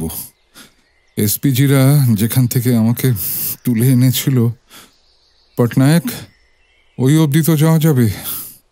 নিশ্চয়ই, কিন্তু ডক্টর মুখার্জি, আমি একটা ব্যাপার এখনো বুঝে উঠতে পারছি না। আপনার মতো মানুষ সব কিছু ভুলে গিয়ে অত বড় রিস্ক নিলেন কি করে? মেয়েটা ছুটল, আপনিও পিছু পিছু ছুটলেন। আনথিঙ্কেবল। হ্যাঁ পটনায়ক, আমার নিজেরও এখন অবাক লাগছে। ওর কথায় রাজি হলাম কেনই বা এসপিজিদের দাঁড়াতে বললাম, এর ব্যাখ্যা পাচ্ছি না। আচ্ছা, তিতির বা পলাশ কারো খোঁজ পাওয়া গেছে? না, তিতিরের ফোন বেঁচে গেল। তবে আমরা এখনো বনের ভেতরে ফোর্স পাঠাইনি। কাল রাত থেকে আপনাকে নিয়ে যা চলছিল। তবে এবার আমাদের নেক্সট কোর্স অফ অ্যাকশন ঠিক করতে হবে। লক্ষ্মীমণি টি এস্টেটের বাংলোর দোতলার হল ঘরের বড় খাটে যোগমামা আধশোয়া হয়ে শুয়ে আছেন। একটু আগে বাগানের ছোট হাসপাতাল থেকে ওকে নিয়ে আসা হয়েছে। যোগুমামার রিভলভারের গুলির শব্দ শুনে সেদিকে ছুটে যায় বনের মধ্যে দাঁড়িয়ে থাকা 4 জন এসপিসি। ওদিকে গাড়ি থেকে পট্টনায়কও ফোর্স নিয়ে ঢুকে পড়েন জঙ্গলে। প্রায় 15 মিনিট ধরে তন্ন তন্ন করে খোঁজাখুঁজির পরে যোগুমামাকে পাওয়া যায় গভীর জঙ্গলের মধ্যে। একেবারে চিত হয়ে পড়েছিল, তবে মৃদু মৃদু নিঃশ্বাস পড়ছিল। তার অসাড় শরীরটা, হাতে ও পায়ের নানা জায়গায় ছোট বড় ক্ষত, রক্ত পড়ে পড়ে জমাট বেঁধেছিল। দেখে মনে হয়েছে এক বা একাধিক মাংসাশী জীব যেন খুবলে খুবলে খেয়েছে মামাকে। করাতের মতো ধারালো দাঁতের দাগ। কিন্তু আশ্চর্য ব্যাপার, যোগুমামার দেহের চারপাশের জমিতে কোনো প্রাণীর পায়ের ছাপ বা রক্তের দাগ কিছুই তো পাওয়া যায়নি। ওই পরিস্থিতিতেও এসপিজিরা টর্চ জেলে বেশ কিছুটা এলাকা খুঁজেছে, তবে আততায় কি আদি ভৌতিক কিছু? বিজ্ঞানে যার ব্যাখ্যা হয় না। সেই মুহূর্তে প্রথম কাজ ছিল যোগুমামাকে তুলে এনে সঙ্গে সঙ্গে হাসপাতালে দেওয়া। সত্যসাধন পট্টনায়ক ঠিক তাই করেছেন। মামাকে গাড়িতে শুইয়ে নিয়ে এসেছেন টি এস্টেটের নিজস্ব হাসপাতালে। অবনীবাবু ডাক্তারকে ঘুম থেকে তুলে এনেছেন। বেডে শুইয়ে অক্সিজেন স্যালাইন স্টার্ট করা হয়েছে। ওন্ডগুলোকে ড্রেসিং করে স্টিকার লাগানো হয়েছে। ডাক্তার রঞ্জন মিত্র মাঝবয়সী, অভিজ্ঞ ডাক্তার। আশপাশের 5টা টি গার্ডেনের প্রাইভেট হসপিটালের হেড। মামাকে পরীক্ষা করে নাড়ি টিপে বললেন, শরীরে কড়া মাদক জাতীয় ড্রাগ গেছে। ড্রাগ কি করে যাবে? ওনাকে তো বনের মধ্যে সেন্সলেস কন্ডিশনে পাওয়া গেছে। তা তো বলতে পারবো না, তবে কিছু আননোন ফরেন এলিমেন্ট গেছে। মামার জ্ঞান ফেরে ভোর 5:30টায়। আমরা সকলে ঠায় বসেছিলাম, তবে ঘুম ঘুম ভাবটা পুরোপুরি কাটতে আরও ঘন্টা 5 লেগেছে। বেলা 12টায় যোগুমামা চোখ মেলে তাকালেন। মুখ ঘুরিয়ে ঘুরিয়ে আমাদের সকলের দিকে দেখলেন। অস্ফুটে বললেন, আমি আমি এখানে কি হলো? হ্যাঁ। তারপরে ওর আগের রাতের কথা সমস্ত মনে পড়ে গেল। আর সবটা মনে পড়তেই কেমন যেন চুপ মেরে গেলেন। মামা, তিতির রায় বর্মন ছুট দেওয়ার পরে তুমি পিছন পিছন ছুটলে, তারপরে হাড়গোড়ের স্তূপ, আর তারপর তোমায় ঘিরে ধরল কিছু অদ্ভুত প্রাণী, তাই না? প্রাণী? কি করে বলি বলতো? প্রাণী অন্ধকারের ছায়ার মতো দুলছিল ওরা অনেকটা। যোগুমামা ভ্রু কুঁচকে ভাবছেন। কয়েক মুহূর্ত পরেই বললেন, অনেকটা ওদের দেখতে অনেকটা ওয়াইন গ্লাসের মতো। নিচের দিকটা সরু, নিচের সরু অংশে বা ঠ্যাঙে ভর দিয়ে ওরা ডান দিকে বাঁ দিকে দুলছিল, দুলতে দুলতে এগোচ্ছিল। বোধহয় একটা ওয়াইল্ড ক্যাট ঢুকে পড়েছিল ওখানে, সেটাকে ওরা গিলে ফেললো। গিলে ফেললো? ওগুলো কি মুখ ছিল? দেখতে পাইনি। অন্ধকারে ছায়া ছায়া কতগুলো শরীর, তাদের মধ্যেই ঢুকে গেল প্রাণীটা। মরণ আর্তনাদ করছিল। যোগুমামা বলতে গিয়ে যেন হাঁপিয়ে উঠছেন। Cool down doctor Mukherjee. প্রেতাত্মা, পিশাচ, কামতাপুরীদের প্রেত। হরি বাবা, আমি এখান থেকে এক পাও নড়ছি না। যোগুমামা ভ্রু কুঁচকে তাকালেন অনন্তবাবুর দিকে, তারপর বললেন, পটনায়ক, একটা কথা বলুন তো। আপনারা যখন ওখানে গিয়ে পৌঁছলেন, আশেপাশে কিছুই দেখতে পাননি? No, nothing. আপনি একা জমির উপরে পড়েছিলেন। কোনো মদ জাতীয় মিষ্টি গন্ধ পেয়েছিলেন? গন্ধ? না তো, তখন গুড়ি গুড়ি বৃষ্টি শুরু হয়েছিল, মাটির গাছের পাতার ভেজা গন্ধ, বাট নাথিং স্পেশাল। বুঝেছি, অথচ আমার মনে হচ্ছিল ওই বিদঘুটে চেহারার ছায়ামূর্তিগুলো ঝাঁঝালো গন্ধ স্প্রে করছিল, শরীর অবশ করে দিচ্ছিল। আমার মাথা ঝিমঝিম করছিল, হাত পা অসাড়, চোখ ঝাপসা। নিশ্চয়ই কোনো কেমিক্যাল। হ্যাঁ, ডক্টর মিত্র কাল প্রথমেই এ কথা বলেছেন। আচ্ছা, আপনি অদ্ভুত জীবগুলোর চোখ, নাক, মুখ কিছু দেখতে পাননি? সেই কারণেই তো আমি ভীষণ কনফিউজড। ওগুলো আসলে কি, কোন জন্তু? আচ্ছা, চিলাপাতা ফরেস্টের স্ট্র্যাটেজিক পয়েন্টগুলো? অবশ্যই ডক্টর মুখার্জি, আজ ভোর 5টা থেকে ফরেস্ট গার্ড আর পুলিশ পোস্টিং করে দেওয়া হয়েছে। প্রফেসর রায়ের বাংলোর পাশে আগে থেকেই পোস্টিং ছিল। Good, thank you. আরেকটা কাজও ইমিডিয়েটলি করা দরকার। সব কজনের ফোনের লোকেশন ট্র্যাক করতে হবে। অন করলেই ধরে ফেলা যাবে। টুকলু, একবার তিতিরকে ট্রাই করতো। সঙ্গে সঙ্গে নম্বর টিপলাম, না, এই ফোন বন্ধ। হয়তো চার্জ শেষ হয়ে গেছে কিংবা বন্ধ করে রেখেছে। এনিওয়ে আজাদকে জানানো হয়েছে কিছু? না, ওকেও জানানো যায়নি, ওরও ফোন বন্ধ ছিল।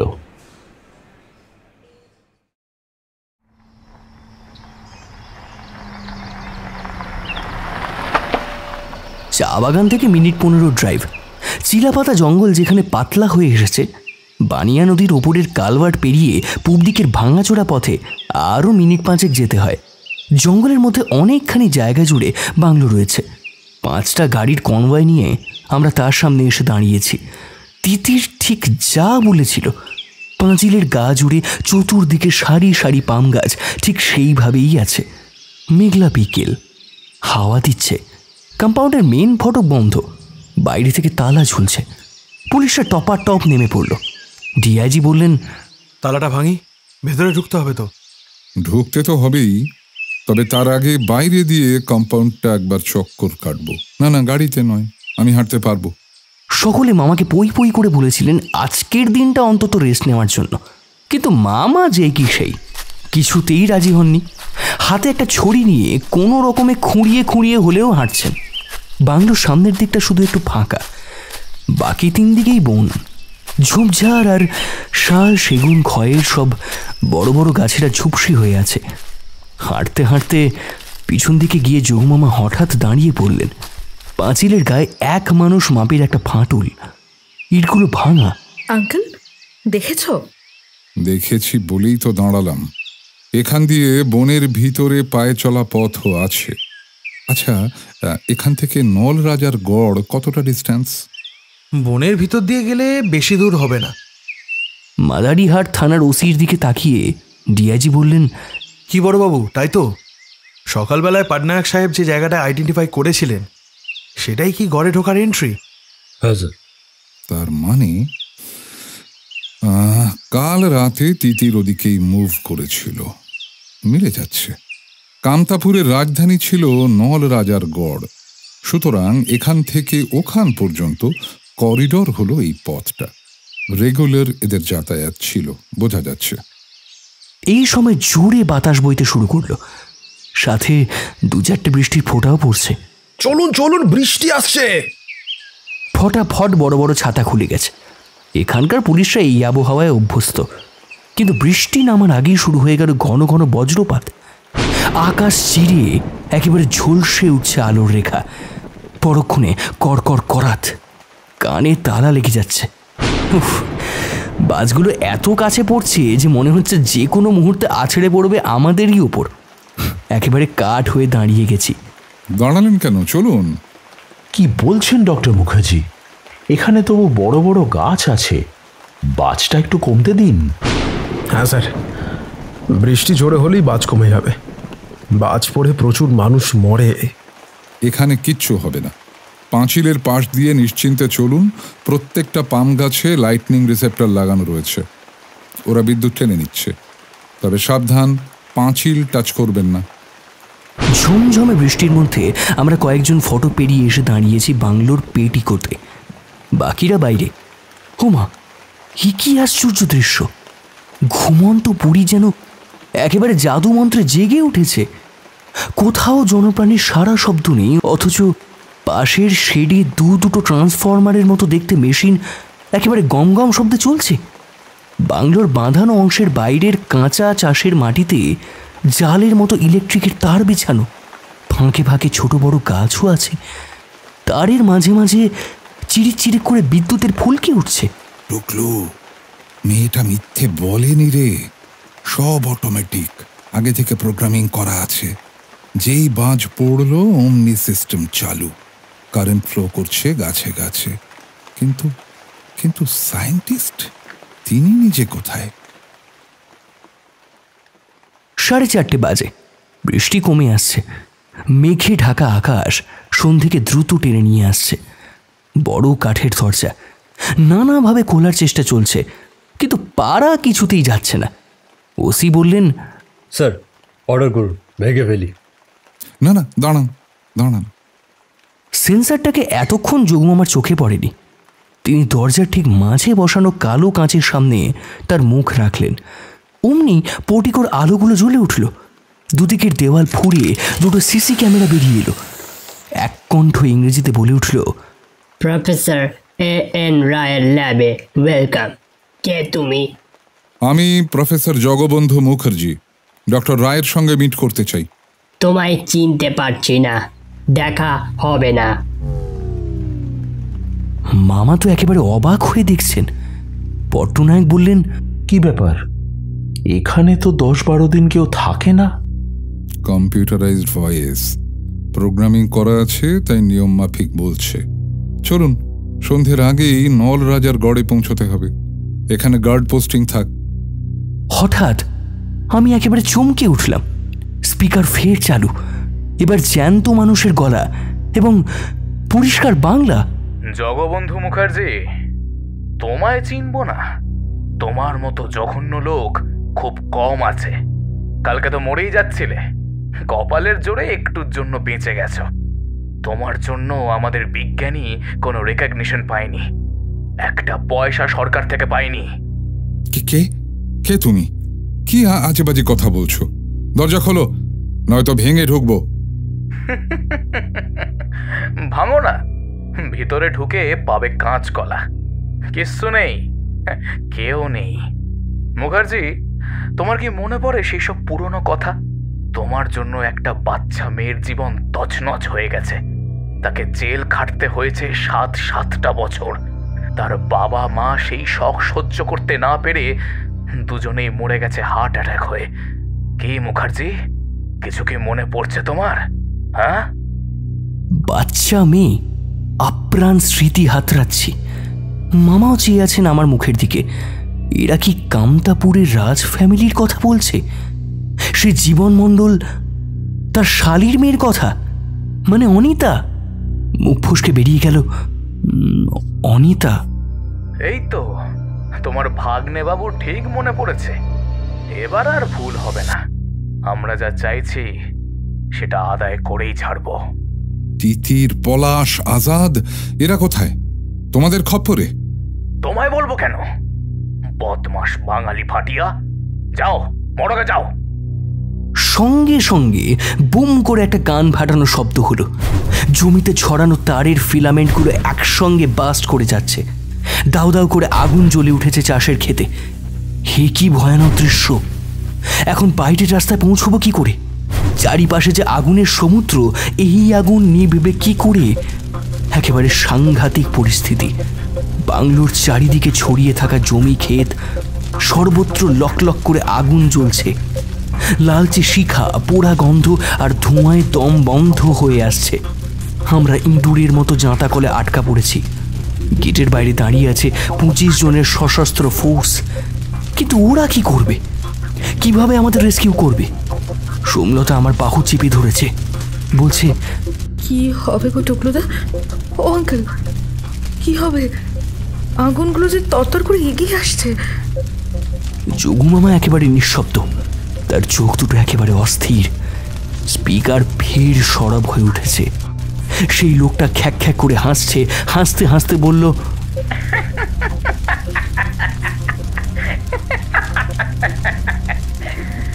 কি মহাবিজ্ঞানী, কেমন লাগছে মরতে? আর মাত্র কয়েক মিনিট, বাড়িটাও জ্বালিয়ে দেবো। তোমাদের কোনো চিহ্ন পর্যন্ত থাকবে না। শিউরে উঠেছি। এভাবেই দাঁড়িয়ে দাঁড়িয়ে মরতে হবে? আমাদের ভাগ্যে বুঝি এরকম অসহায় মৃত্যু লেখা ছিল?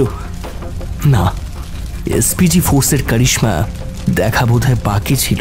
কয়েক মিনিটের মধ্যে ওরা হোস পাইপ ফিট করে ফেলেছে কাছাকাছি জলের সোর্সের সঙ্গে।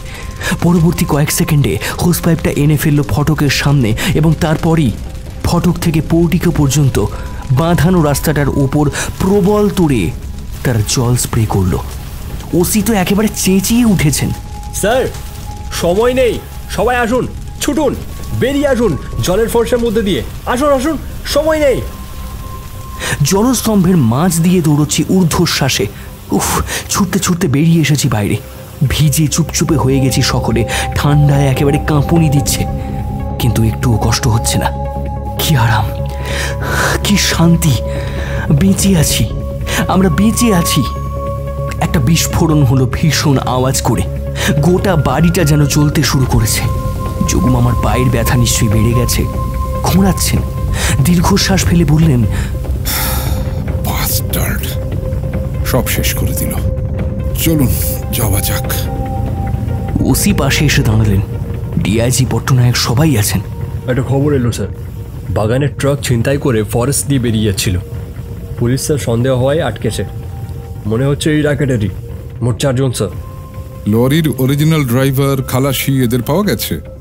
না স্যার, খোঁজ চলছে। নির্ঘাত ফরেস্টেই এরা আধমরা করে ফেলে রেখেছে। তাহলে আগে থানাতেই চলুন, ওদের এখন ইন্টারোগেট করতে হবে। ল্যাজ টানলে মাথা বেরোবে।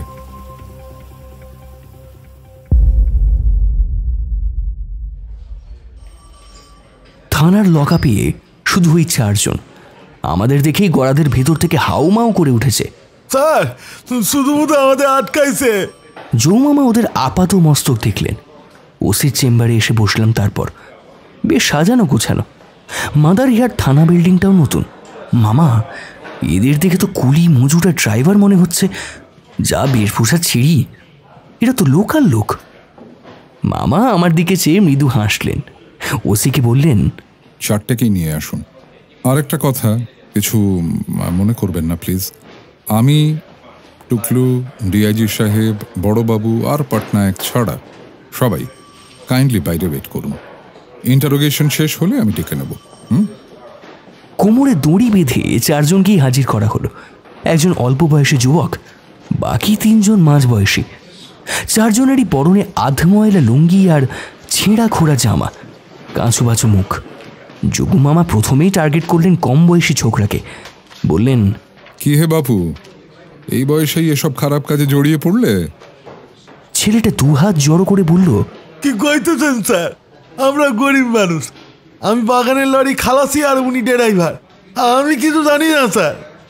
তাই কিচ্ছু জানো না? বলতে বলতে যোগু মামা দেখলাম উঠি এগিয়ে গেলেন ছেলেটার সামনে। আচমকা সপারে থাপ্পড় মারলেন তার গায়ে। এক টানে ওর জামা ছিঁড়ে ফেললেন।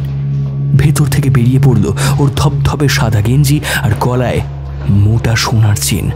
এটা কি রে হারামজাদা, তুই খালাসি? খালাসির গলায় সোনা? বল, স্বীকার কর এখনই, নইলে সবকটাকে গুলি করে মারবো। তোদের লাশ পড়ে থাকবে জঙ্গলে, শেয়ালে খাবে। বল, শিগগির বল। যোগু মামার হাতের রিভলভার নাচছে। ছেলেটা কোনো জবাব দিল না, ঘাড় শক্ত করে দাঁড়িয়ে আছে, পাথরের মতো মুখ। বোঝা যাচ্ছে সে বড়ই কঠিন ধাতুতে তৈরি। মামা ফট করে পাশের লোকটার জামা খিমচে ধরলেন, রিভলভার ঠেকালেন ওর কানে। বললেন, কি রে, তুই স্বীকার করবি না খুলিটা উড়িয়ে দেব? ঘরে বাল বাচ্চাদের কি হবে ভেবেছিস? 1, 2, 3। বলছি স্যার, বলছি। দেখলাম লোকটা একেবারে ভেঙে পড়ল। এই যে থরথর করে কাঁপছে। যোগু মামা আগুন চোখে তার দিকে তাকিয়ে আছেন। রিভলভার স্থির হয়ে আছে ওর কানের উপরে। লোকটা কাঁপতে কাঁপতে বলতে শুরু করলো, পেশায় সে ড্রাইভার, রামু সরকার। সরাসরি কামতাপুরি দল করে না, তবে রাজবংশী বলে ওদের সমর্থন করে। এরা ডাকলে অন্য কাজ ফেলে চলে আসে। অন্য সময় বড় ছোট সব রকম গাড়ি চালায়, যখন যা কাজ পায়। ওর সঙ্গী দুজনে বলতে গেলে একই জাতের, ওই রাজবংশী। পাশের চা বাগানের মেশিনে কাজ করে, সেখানকার কোয়ার্টারেই থাকে। এরা ডেকেছে, তাই 2-3 দিন কাজে নাগা করে চলে এসেছে। আসল নেতা বছর 22-23-এর ছেলেটা, ওর মতো কয়েকজন ছেলে ছোকরা আবার একসাথে হয়েছে কামতাপুরকে জাগিয়ে তোলার চেষ্টা করছে। নাম ভবেশ বর্মন, কলেজ পাশ করেছে, একসময়ের কেল জঙ্গি মিল্টন বর্মন সম্পর্কে ওর কাকা। ওদের দল নাকি আবার বড় হচ্ছে। শুধু নর্থ বেঙ্গল নয়, দেশ বিদেশে ওদের সাপোর্টাররা ফান্ডিং করছে। অনেক জ্ঞানী পণ্ডিতরাও আছে। কয়েকদিন আগে রামু দুজন জ্ঞানী মানুষকে বাগডোগরা থেকে নিয়ে এসেছিল। তারা নাকি সব সায়েন্স টাইন্স করে। তবে ওদের দলের যে হেড, তিনি নাকি রাজা।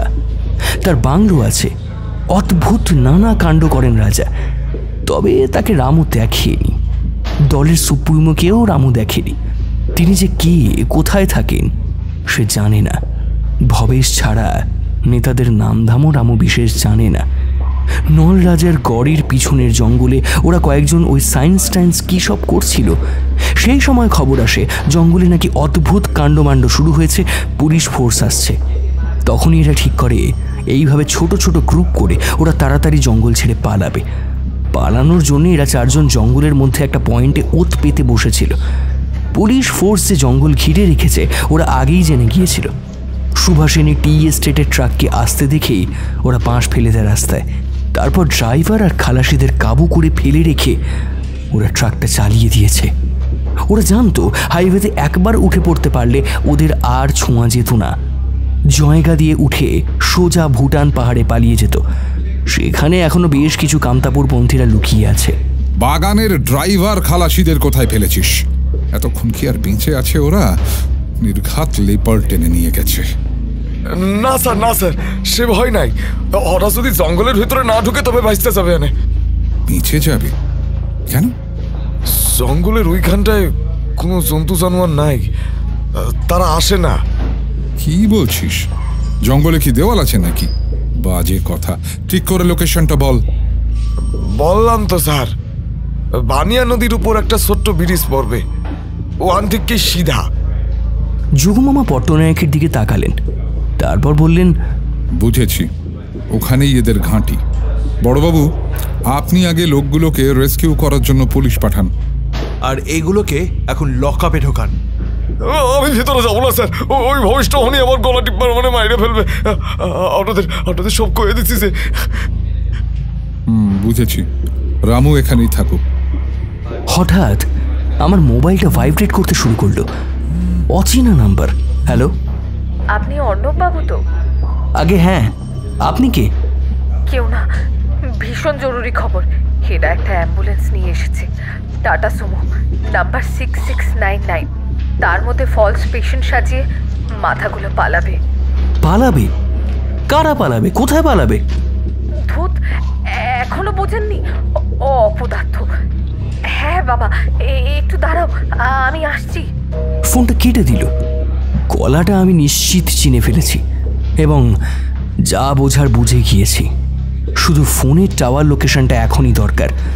টুম করে একটা শব্দ, মেসেজ ঢুকলো। ওই নম্বর থেকেই মেসেজ ঢুকেছে, হেভেন ইন রিসর্ট। আবার ফোনটা ভাইব্রেট করছে। যা বাবা, এ এখন ফোন করছে কেন?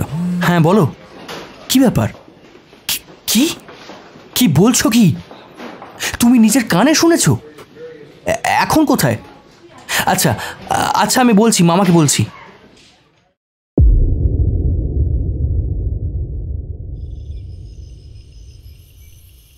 প্রায় ৪৫ মিনিট পার হয়ে গেছে, এখনও রাস্তার ওপর দাঁড়িয়ে। ৭-৮টা বুনো হাতি আচমকা ৪ নম্বর কালভার্টের ডান দিকের জঙ্গল থেকে পরপর বেরিয়ে এসেছিল। তখন আমাদের গাড়িগুলো বড়জোর ১০০ গজ দূরে। সঙ্গে সঙ্গে সব কটা গাড়ির হেডলাইট নিভিয়ে স্টার্ট বন্ধ করে দেওয়া হয়েছে। শব্দহীন এই গহীন অন্ধকারে আমরা অপেক্ষা করে চলেছি কখন গজেন্দ্র বাহিনী বিদায় নেন। আজ আকাশ পরিষ্কার, চাঁদের আলোয় ঠিক চলমান পাহাড়ের মতো লাগছে হাতিগুলোকে। ধীরে সুস্থে ওরা ঘোরাফেরা করছে রাস্তার উপর, কিন্তু বনের মধ্যে আর ঢুকছে না। মামা, কি ব্যাপার বলো তো? ওরা এদিকে আসবে না নাকি? আসতেই পারে, ওদের মর্জি। মাই গড, তখন কি হবে মামা? ওদের পায়ের লাথিতে গাড়িগুলো তো একেবারে চেপটে দলা পাকিয়ে যাবে। জানি রে, হাতি খেপে গেলে ভয়ঙ্কর। সেই জন্যই তো এমন চুপ করে ওয়েট করছি। তবে ওরা এমনি এমনি অ্যাটাক করে না। ওই দেখ, দেখেছিস হ্যাঁ দেখছি তো, সুর তুলে রেখেছে। হাওয়ায় ভেসে আসা গন্ধ শুঁকছে। হাতির ঘ্রাণ শক্তি খুব তীক্ষ্ণ, গন্ধ না পেলে এদিকে আসবে না। আর যদি ওরা গন্ধ পেয়ে যায় তখন তেড়ে আসতেই পারে, আমাদেরও নেমে দৌড় দিতে হবে। কেনিয়ায় একবার পড়েছিলাম এই সিচুয়েশনে। আরে আরে আরে দেখ দেখ দেখ দেখ, 3-4টে হাতি নেমে পড়েছে কালভার্টের বাঁ দিকের জঙ্গলে। মামা বললেন ওটাই নাকি নলরাজার গড় যাওয়ার পথ, বাকিগুলো রাস্তার উপর দাঁড়িয়ে আছে। হঠাৎ জঙ্গলের মধ্যে থেকে নিস্তব্ধতা কাঁপিয়ে পরপর বৃংহন এলো, মানে হাতিদের ডাক। এখান থেকে মনে হচ্ছে বনের মধ্যে যেন তাণ্ডব চলছে। গাছপালা ভাঙচুরের মর্মর শব্দ আসছে।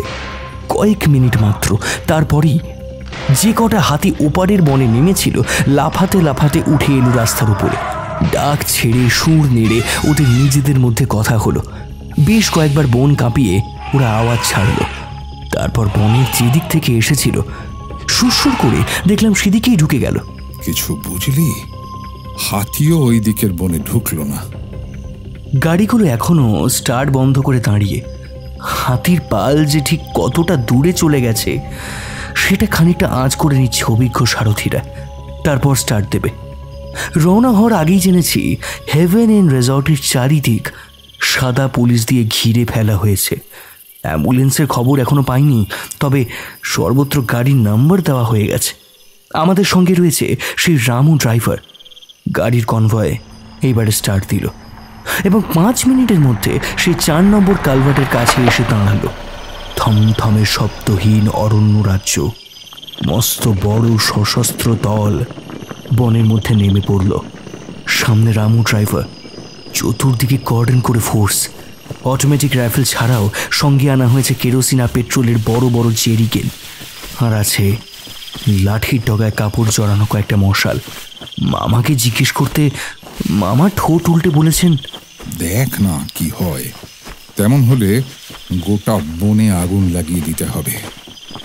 আমি নিশ্চিত মামা কিছু না কিছু ইঙ্গিত নিশ্চয়ই পেয়েছেন, কারণ বেরোনোর আগে সকলকে ঘর থেকে বের করে যোগুমামা রামুর সঙ্গে আলাদা কিছু কথা বলছিলেন। বড় বড় টর্চের আলোতে বনের ভেতর এখন দিনের আলোর মতো একেবারে স্পষ্ট। আঁকা বাঁকা সুড়ি পথ দিয়ে রামু দলটাকে নিয়ে এগিয়ে চলেছে। কিন্তু কি আশ্চর্য, বড় জন্তু দূরে থাক, ছোটখাটো খরগোশ, বেড়াল কি বুনো কুকুর কিছুই চোখে পড়ছে না। ঝোপে ঝাড়ে খড়মড় শব্দ পর্যন্ত নেই। এমনকি এত জোরালো টর্চের আলোতেও অন্ধকার গাছগুলো থেকে পাখির ডানা ঝাপটানোর শব্দ পর্যন্ত উঠছে না। যোগুমামা দেখতে দেখতে হাঁটছেন, বিড়বিড় করে বলে উঠলেন, ওই ঢিবিটা কোথায় গেল? এই রামু দাঁড়াতো, মনে হচ্ছে আমি ওই দিকের পথটা নিয়েছিলাম। যোগুমামা বাঁ দিকে ঘুরতেই যাচ্ছিলেন, পিছন থেকে পট্টনায়ক বলে উঠলেন, প্লিজ ডক্টর মুখার্জি, আপনার ওই স্পটে পৌঁছানোর চেয়ে অনেক আর্জেন্ট ক্রিমিনালদের ডেনে পৌঁছে যাওয়া। ওরা নিশ্চয়ই চুপ করে বসে নেই। যোগুমামা ইতিমধ্যে থমকে দাঁড়িয়েছেন।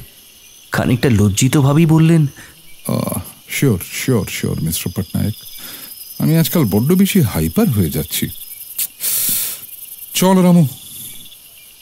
একেবারে থমথমে স্তব্ধ বনভূমি, মাঝে মাঝে হাওয়া দিচ্ছে, পাতার ঝরঝর শব্দ উঠছে।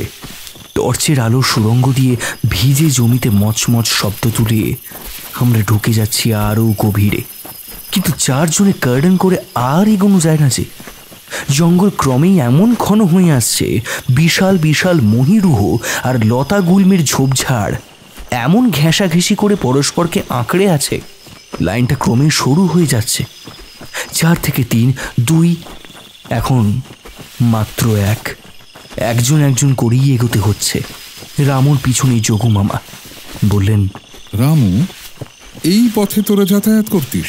সম্ভব নাকি? শর্টকাটে করতাম স্যার, গড় যাবার বড় রাস্তা ধরলে সময় অনেক বেশি লাগে। তবে রাতে এ পথ ধরা মানা ছিল। কেন কেন? সে তো জানি না স্যার, নেতারা বলতো, কখনো জিগাইনি। আপনারা তো কইলাম ওরা অনেক জ্ঞানী ছিল, নিজেদের মধ্যে নানা আলোচনা করতো, রাতে বেলা কেরোসিন ছড়াতো, ওই জন্যই আপনারা কইলাম কেরোসিন নিতে। আমাদের রাতের এই জঙ্গল অভিযানে প্রায় সকলেই আছেন, শুধু দুজন নেই। একজন মাদারিহাট থানার ওসি, অন্যজন অনন্ত সরখেল। অনন্তবাবু অনেক অনুরোধ করেছেন আসার জন্য, কিন্তু মামা কানে তুললেন না। হঠাৎ মামা দাঁড়িয়ে পড়েছেন, জোরে জোরে নাক টানছেন। কেউ কোনো গন্ধ পাচ্ছেন? Strong peculiar smell? আপনার গন্ধবাতিক হয়েছে ডক্টর মুখার্জি। সেই কাল রাত থেকে খালি গন্ধ পাচ্ছেন।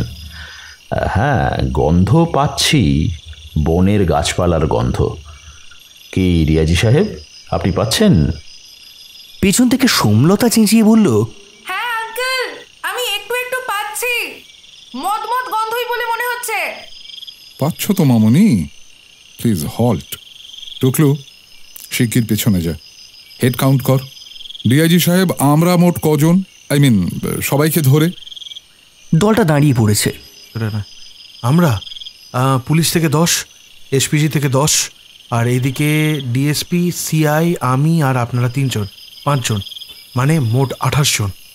24, 25, 26, 27। মামা, মামা, এই যে হিসেব মিলছে না, একজন কম হচ্ছে। আমরা এখানে 27 জন। দেখেছেন দেখেছেন, বলেছিলাম না। About turn! ডিআইজির চিৎকারে পুরো বাহিনী পিছন দিকে ছুটতে শুরু করলো। তেলে চুবিয়ে মশাল জ্বালো, কেরোসিন, পেট্রোল যা হাতে আছে ছুঁড়তে ছুঁড়তে যাও। মশাল চলছে, টিন টিন কেরোসিন পেট্রোল ছোড়া হচ্ছে আশেপাশের গাছপালা লক্ষ্য করে। কটু উগ্র গন্ধে জঙ্গল যেন ঝাঁ ঝাঁ করছে। সোমলতা বেচারি কেরোসিনের গন্ধ সহ্য করতে পারে না। প্রায় 1 কিলোমিটার পরে লোকটাকে পাওয়া গেল, পুলিশের একজন হাবিলদার। তখন আমাদের কেরোসিন ছোড়া থামেনি। বেহুশ হয়ে পড়ে আছে লোকটা, বন্দুক দূরেই পড়ে আছে, খাঁকি উড়তি এবং প্যান্ট একেবারে ছিন্ন ভিন্ন। মনে হচ্ছে কেউ বা কারা ওকে পায়ের দিক থেকে গিলে খাওয়ার উপক্রম করেছিল। জুতো তো একেবারে গড়াগড়ি খাচ্ছে। এক পায়ে মোজা নেই, সেখানে আবার গভীর ক্ষত, অন্য মোজাটার ওপর চটচটে রস। উফ, বিভৎস, সাংঘাতিক। অথচ কোথাও কিচ্ছু নেই। কি ব্যাপার বলুন তো ডক্টর মুখার্জি? হ্যাঁ, আছে আছে সাহেব, ওরা জঙ্গলের মধ্যে মিশে থাকে, লুকিয়ে থাকে। আপনার কনস্টেবল ফুল রেস্ট ছিল, তাই তাড়াতাড়ি ওকে গিলতে পারেনি। আর আমরা যদি ব্যাক না করে আসতাম, কালই লোকটার হাড়গোড় পাওয়া যেত ঢিবিটার কাছে। মাথা নিচু করে দাঁড়িয়েছিলেন পট্টনায়ক, অস্ফুটে বললেন, এক্সট্রিমলি সরি ডক্টর মুখার্জি, মাই সিনসিয়ার অ্যাপোলজি। আরে না না, ঠিক আছে, এই লোকটিকে এখনই হসপিটালাইজড করা প্রয়োজন। 2টো গাড়ি থেকে ড্রাইভার চলে এলো, আমাদের দল থেকে একজন সঙ্গে গেল। ফের রওনা হলাম পুরনো পথে, একেবারে বনের মধ্যে। এখনো বনের পথে ঝোপে ঝাড়ে গাছপালায় সর্বত্র ব্যাপকভাবে ছড়িয়ে আছে পেট্রোল আর কেরোসিনের গন্ধ। সোমলতা নাক চাপা দিয়ে সমানে বিড়বিড় করে যাচ্ছে। অবশ্য আমার আবার উল্টো, যে কোনো পেট্রোলিয়ামের প্রোডাক্টের গন্ধই ভালো লাগে। এখন কেন কি জানে আরও ভালো লাগছে। আগেরবার যখন বনের মধ্যে ঢুকেছিলাম, কীরকম দম চাপা লাগছিল, খালি মনে হচ্ছিল কেউ আমাদের চেপে ধরতে আসছে। এবার মনে হচ্ছে এই জঙ্গল একেবারে মুক্ত, আর কেউ আমাদের চেপে ধরবে না। কেন মনে হচ্ছে এটা জানি না, তবে সকলেরই গতি বেড়ে গেছে। হাঁটতে হাঁটতে রামু শ্বাস ফেলে বলল, স্যার, আপনারা দলে ভারী ছিলেন, তাই আজ পুলিশটা ভাইসা গেল। এক রাতে এই জঙ্গলে ঢুকে আমাদের এক দোস্ত হারায় গেছিল, আর তারে পাইনি। বনে তার সেরা লুঙ্গি আর জামাখান পইরেছিল। সে কি, তোদের দলের লোক, তোরা কেউ কিছু বললি না? কইছিলাম স্যার, ভবেশ কয় স্বাধীন দেশ চাইবা, বলিদান দেবা না। কেরাসিন না নিয়ে গেছে জ্ঞান, ওর কপালে মরণ ছিল। অমন 2-4খানা পেরান যাইলে যাবে, পিছায় পড়লে হবে না। এই জঙ্গলে পেরেত আছে স্যার, ওরা নিজ্ঞাত সাইডে রাখছে। নিজে কখনো দেখেছিস? হ্যাঁ স্যার, একবার এই জঙ্গলে স্যার, ভগবান বাঁচায় দিছে। হাতে সেদিন কাটারি ছিল, সে কালো ভূতগুলা যেই ঘিরে ধরছে, উল্টো পাল্টা কাটারি চালায় দিছি। ওরা সইরা গেছে গা, আমিও তো উঠ দিছি। ওই এমন বিষ ছাড়ছিল না স্যার, ঘরে ফিরে বেহুশ ঘুমাইছি। পাশেই জলের কলকল শব্দ, গাছের ফাঁক দিয়ে মরা চাঁদের আলোয় দেখলাম আবার একটা নদী। কি রে রামু, নদীর কাছে ফিরে এলাম নাকি? না স্যার, বানিয়া নদীর শাখা এটি। কিছু দেখতে পাচ্ছেন স্যার? হ্যাঁ, ওটাই কি তোদের নল রাজার গড়? হ্যাঁ স্যার, ওটারে পেরায় পিছনে আরো খানিক যাইতে হবে। সবাই অ্যাটেনশন, টর্চ নেভাও, মশাল নেভাও, একটু একটু করে কেরোসিন ছড়াও। জঙ্গল একটু পাতলা হয়ে এলো। দেখা যাচ্ছে বিস্তীর্ণ অঞ্চল জুড়ে ছড়িয়ে আছে কিছুটা ভগ্ন স্তূপ। আগাছা ঝোপঝাড়ের মাঝে বড় বড় থাম, অট্টালিকার খিলান, প্রধান ফটকের আভাস, ছোটখাটো দুর্গের আতুল। ডক্টর মুখার্জি, এটা একটা ট্যুরিস্ট স্পট, অনেকেই দেখতে আসে, তবে দিনের বেলায়। আচ্ছা, একে নল রাজার গড় বলে কেন? আমার মনে হয় কিছুটা ইতিহাস আর কিছুটা কল্পনা।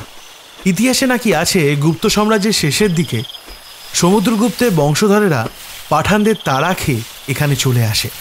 তাদের কোনো একজন ছিল নল রাজা। সত্যি কি মিথ্যে জানি না, তবে কামতাপুর রাজাদের রাজধানী যে এটা ছিল তার প্রমাণ আছে। বুঝলাম। সেই জন্যই নব্য কামতাপুরীরা এর আশেপাশে ঘাঁটি গেড়েছে। কিন্তু সে জায়গাটা কোথায়? ওই যে স্যার। ধ্বংসাবশেষ পেরিয়ে যাওয়ার কিছুটা পরেই একটা খোলা মাঠ, তার মধ্যে সারি সারি অন্ধকার টেন্ট বা তাঁবু লাগানো রয়েছে। গোল বৃত্তাকারে তাঁবুগুলো সাজানো, সব অন্ধকার। তার মানে ভিতরে তোদের কেউ নেই? খবর পায় নিশ্চয়ই পলা গেছে স্যার। আমরা যখন ছিলাম তখন অন্দরে অনেকে ছিল, গলা পাইছি। বাইরে গাড়িও ছিল 2-3টে। তবু একবার চলেন দেখি, একটু কাছে যাই। ফোর্স, সাবধান, অ্যাটেনশন। রামু, তোর মোবাইল থেকে একটা ফোন করে দেখ। কারে করবো স্যার? আমার কাছে শুধু ভবেশের নাম্বারটাই আছে। নেতাদের সঙ্গে তো সব ওই যোগাযোগ রাখতো। রাত গভীর, ঘড়ির কাঁটা প্রায় একটা ছুঁই ছুঁই। 26 জনের দল একেবারে নিঃশব্দে এগিয়ে যাচ্ছে। গার্ড নিয়ে চলুন, যে কোনো সময় ওদিক থেকে ফায়ারিং স্টার্ট করতে পারে। আস্তে আস্তে গাছেদের আড়ালে আড়ালে এগোচ্ছি। তাঁবুগুলোকে ঘিরে ফেলেছে ফোর্স। উত্তেজনায় একেবারে টান টান হয়ে আছে। এবার কি এনকাউন্টার? ডক্টর মুখার্জি, আমরা কি এবার? ডিআইজি সাহেবের কথা শেষ হলো না, অকস্মাৎ ঘুমন্ত অরণ্য একেবারে জেগে উঠল। নৈশব্দ ভেঙে গম গম করে উঠল সেই চেনা কণ্ঠ। Welcome, welcome Jagabandhu Mukherjee. কি? কোথা থেকে আসছে কথা? ত্রিসীমানায় কাউকে তো দেখতে পাচ্ছি না। যোগুমামা ফিস ফিস করে বললেন, গাছের মাথায় সিসি ক্যামেরা আর স্পিকার। ওই যে। তার মানে কি ওরা টেন্টে আছে? সাবধান। Not likely. পুরোটাই রিমোটে হতে পারে, যেমন প্রফেসর রায়ের বাংলোয় হয়েছিল।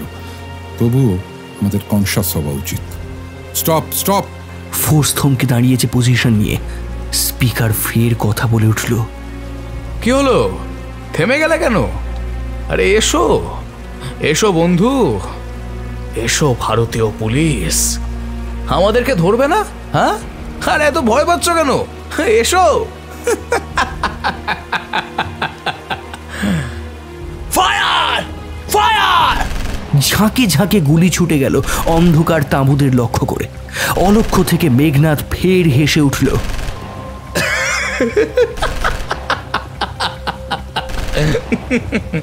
বাবা, কি বীর পুরুষ! কাকে ফায়ার করছো? হ্যাঁ, ছায়ার সঙ্গে কুস্তি করছো নাকি? তোমাদের জন্য কি আমরা বরণডালা সাজিয়ে বসে আছি? হ্যাঁ, বোকার হদ্দ, যত সব ইডিয়েট।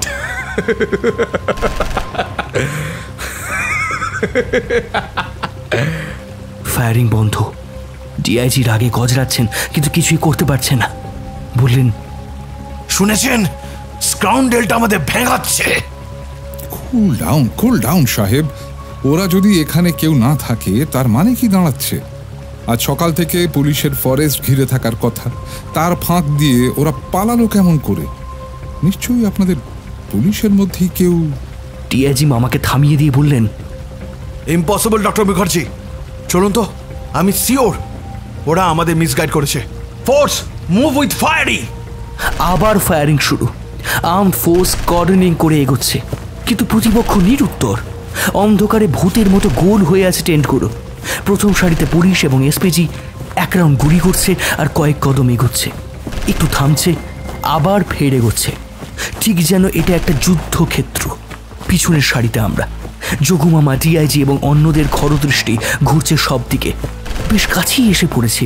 ছোট ছোট তাঁবুর ফাঁক দিয়ে এবার চোখে পড়ল ঠিক মধ্যিখানে আরেকটা মস্ত তাঁবু, সেটাও অন্ধকার। ব্যাপারটা কি? ভাবতে না ভাবতে আবার স্বরূপ, সেই মেঘনাদ। বাবা, আরে এসো জগবন্ধু, এসো ফ্রেন্ডস, আরো কাছে এসো, এসো। একেবারে বিকট শব্দ, বিস্ফোরণ, বিস্ফোরণের পর বিস্ফোরণ। এ কি? ছোট ছোট টেন্টগুলো বোমার মতো দুমদুম করে ফাটছে, আগুনের মতো বড় বড় গোলা লাফিয়ে উঠছে, ছিটকে ছিটকে ছড়িয়ে যাচ্ছে চতুর্দিকে। It's a trap. নিমেষে সবাই মাটিতে মুখ গুজে শুয়ে পড়েছে। আগুনের তাপ এসে লাগছে আমাদের গায়ে। সে এক অবর্ণনীয় দৃশ্য। নিকষ অন্ধকারে যেন আকাশে মহাকায় সব আতশবাজি, সব গলিয়ে যাচ্ছে। এরা কোত্থেকে অপারেট করছে? এদের অপারেশনের সেন্ট্রাল হাব কোথায়? এরা কারা? মুখ তুলতেই একেবারে স্তম্ভিত হয়ে গেলাম। দাউ দাউ আগুনের ব্যারিকেড ঘিরে আছে বৃত্তাকারে। তার ফাঁক দিয়ে দেখা যাচ্ছে ঠিক মধ্যিখানে মস্ত বড় তাঁবুটা আর নেই। তার বদলে সেখানে দাঁড়িয়ে আছে একটা কালো হেলিকপ্টার। এ কি ম্যাজিক নাকি? তার প্রপেলার প্রবল জোরে ঘুরতে শুরু করে দিয়েছে। ফায়ার! ফায়ার! ফোর্স ঝুঁটিতে উঠে দাঁড়িয়েছে, কিন্তু ফায়ারিং এর আগেই যন্ত্র পাখিটা দুলতে দুলতে মাটি ছেড়ে শূন্যে উঠে পড়েছে। একেবারে ঝাঁকে ঝাঁকে গুলি ছুটে যাচ্ছে, কিন্তু তাতে কোনো লাভ হলো না। চোখের সামনে হেলিকপ্টার উঠে যাচ্ছে উপরে, আরো উপরে। মুখ ঘুরিয়েছে উত্তরের দিকে। যোগুমামা চিৎকার করছেন, শিগগির বলুন বিএসএফ কে, ওরা নির্ঘাত ভুটানে যাচ্ছে। Hello hello hello. হেলিকপ্টারটা একেবারে অন্ধকারে আকাশে মিলিয়ে যাচ্ছে। এখন শুধু বিন্দু বিন্দু আলো দেখা যাচ্ছে। আমরা সবাই একেবারে হতভম্ব হয়ে দাঁড়িয়ে আছি সশস্ত্র বাহিনী নিয়ে। নাকের ডগা দিয়ে ওরা ক্যামোফ্লাজ করে পালিয়ে গেল। ধপ করে বসে পড়লেন যোগুমামা। যোগুমামার বডি ল্যাঙ্গুয়েজে হেরে যাওয়ার গ্লানি। এই গ্লানি আমি চিনি। অস্ফুটে স্বগতোক্তি করলেন, সত্যি আমরা ইডিয়ট। মধ্যের তাঁবুটা যে আসলে কপ্টারের হ্যাঙ্গার বুঝতেই পারিনি। পট্টনায়ক এসেই যোগুমামার পিঠে হাত রাখলেন। যোগুমামা মুখ তুলে তাকালেন, বললেন, দেশের পরিস্থিতি বেশ খারাপ। এরা শুধু কামতাপুরি নেটওয়ার্কের চুনোপুটি নয়, আসল নাটের গুরু। ইতিমধ্যে কখন যে আকাশে মেঘ জমেছে আমাদের কারো তো চোখে পড়েনি। একেবারে ঝমঝম করে বৃষ্টি নামলো কিছুক্ষণের মধ্যেই। তাড়াতাড়ি সব ছাতা খুলে গেছে। ডিআইজি বললেন, চলুন ডক্টর মুখার্জি, অ্যাম্বুলেন্সটা হাইওয়েতে ধরা পড়েছে। 7 জন ছিল ওর মধ্যে। হ্যাঁ চলুন। আবার অতটা জঙ্গল ভাঙতে হবে, পায়ে বেশ লাগছে। না স্যার, আমরা ফরেস্ট ক্রস করে গেছি। এদিকে অন্য রাস্তা আছে, গাড়িগুলো আনতে বলেছি। রামু কই? এই যে স্যার, দেখলেন তো, আমার ওরা বসতে দেবে না। গাড়িতে উঠে বসেছি। সামনে পট্টনায়ক, পিছনে যোগুমামা, সোমলতা আর আমি। আমরা এখন কোথায় যাব? বাগানের বাংলোয়। তিতিরকে তুলে আনুন রিসর্ট থেকে। ও চাইলে ওর বাবাকেও। সামনাসামনি বসে কথা বলতে হবে। আর জঙ্গলের ওই ভয়ানক ভুতুড়ে ব্যাপারটা কিছু কি আঁচ করতে পেরেছেন ডক্টর মুখার্জি? মনে হচ্ছে পেরেছি। আজ কনস্টেবল লোকটাকে খুঁটিয়ে এক্সামিন করে একটা ধারণা হচ্ছে। কি মামনি, তোমার কিছু মনে হচ্ছে না? আমার? হ্যাঁ আঙ্কেল, হচ্ছে। আবার বিশ্বাসও হতে চাইছে না। আঙ্কেল, এই দেখো, এটা ওই পুলিশটার হাতের মুঠোর মধ্যে ছিল। দাঁড়াও, দেখাচ্ছি। সোমলতা জিন্সের প্যান্টের পকেট থেকে একটা অদ্ভুত বস্তু বের করলো। গাড়ির ভিতরে লাইট জ্বালিয়ে দিয়েছেন পট্টনায়ক। কচু গাছের এক টুকরো কাণ্ড বলে মনে হলো। ওই রকমই নরম, ওই রকমই শাঁসালো। বাহ বাহ। যোগুমামা ওর হাত থেকে গাছের অংশটা নিয়ে ঘুরিয়ে ফিরিয়ে দেখছেন। তার চোখ একেবারে জল জল করে উঠেছে। এটা দারুণ কাজ করেছ মামনি। বলতে বলতে নাকের সামনে ধরেছেন। সোমলতা বলে উঠল, এখন আর গন্ধ নেই আঙ্কেল, শুকিয়ে গেছে। ওই রকম মদ মদ গন্ধ। বিএসসির এক্সকারশনে গিয়েছিলাম জয়ন্তী হিলসে, তখন স্যার দেখিয়েছিলেন। আচ্ছা, এটা কি সেটাই? তাই মনে হচ্ছে। তিতির আমায় যে মেল করেছিল তাতে এর হিন্টস ছিল। পটনায়ক বুঝলেন সারা পৃথিবী জুড়ে নানা রকমের যুদ্ধ চলছে, তারই একটা হচ্ছে বায়োলজিক্যাল ওয়ার।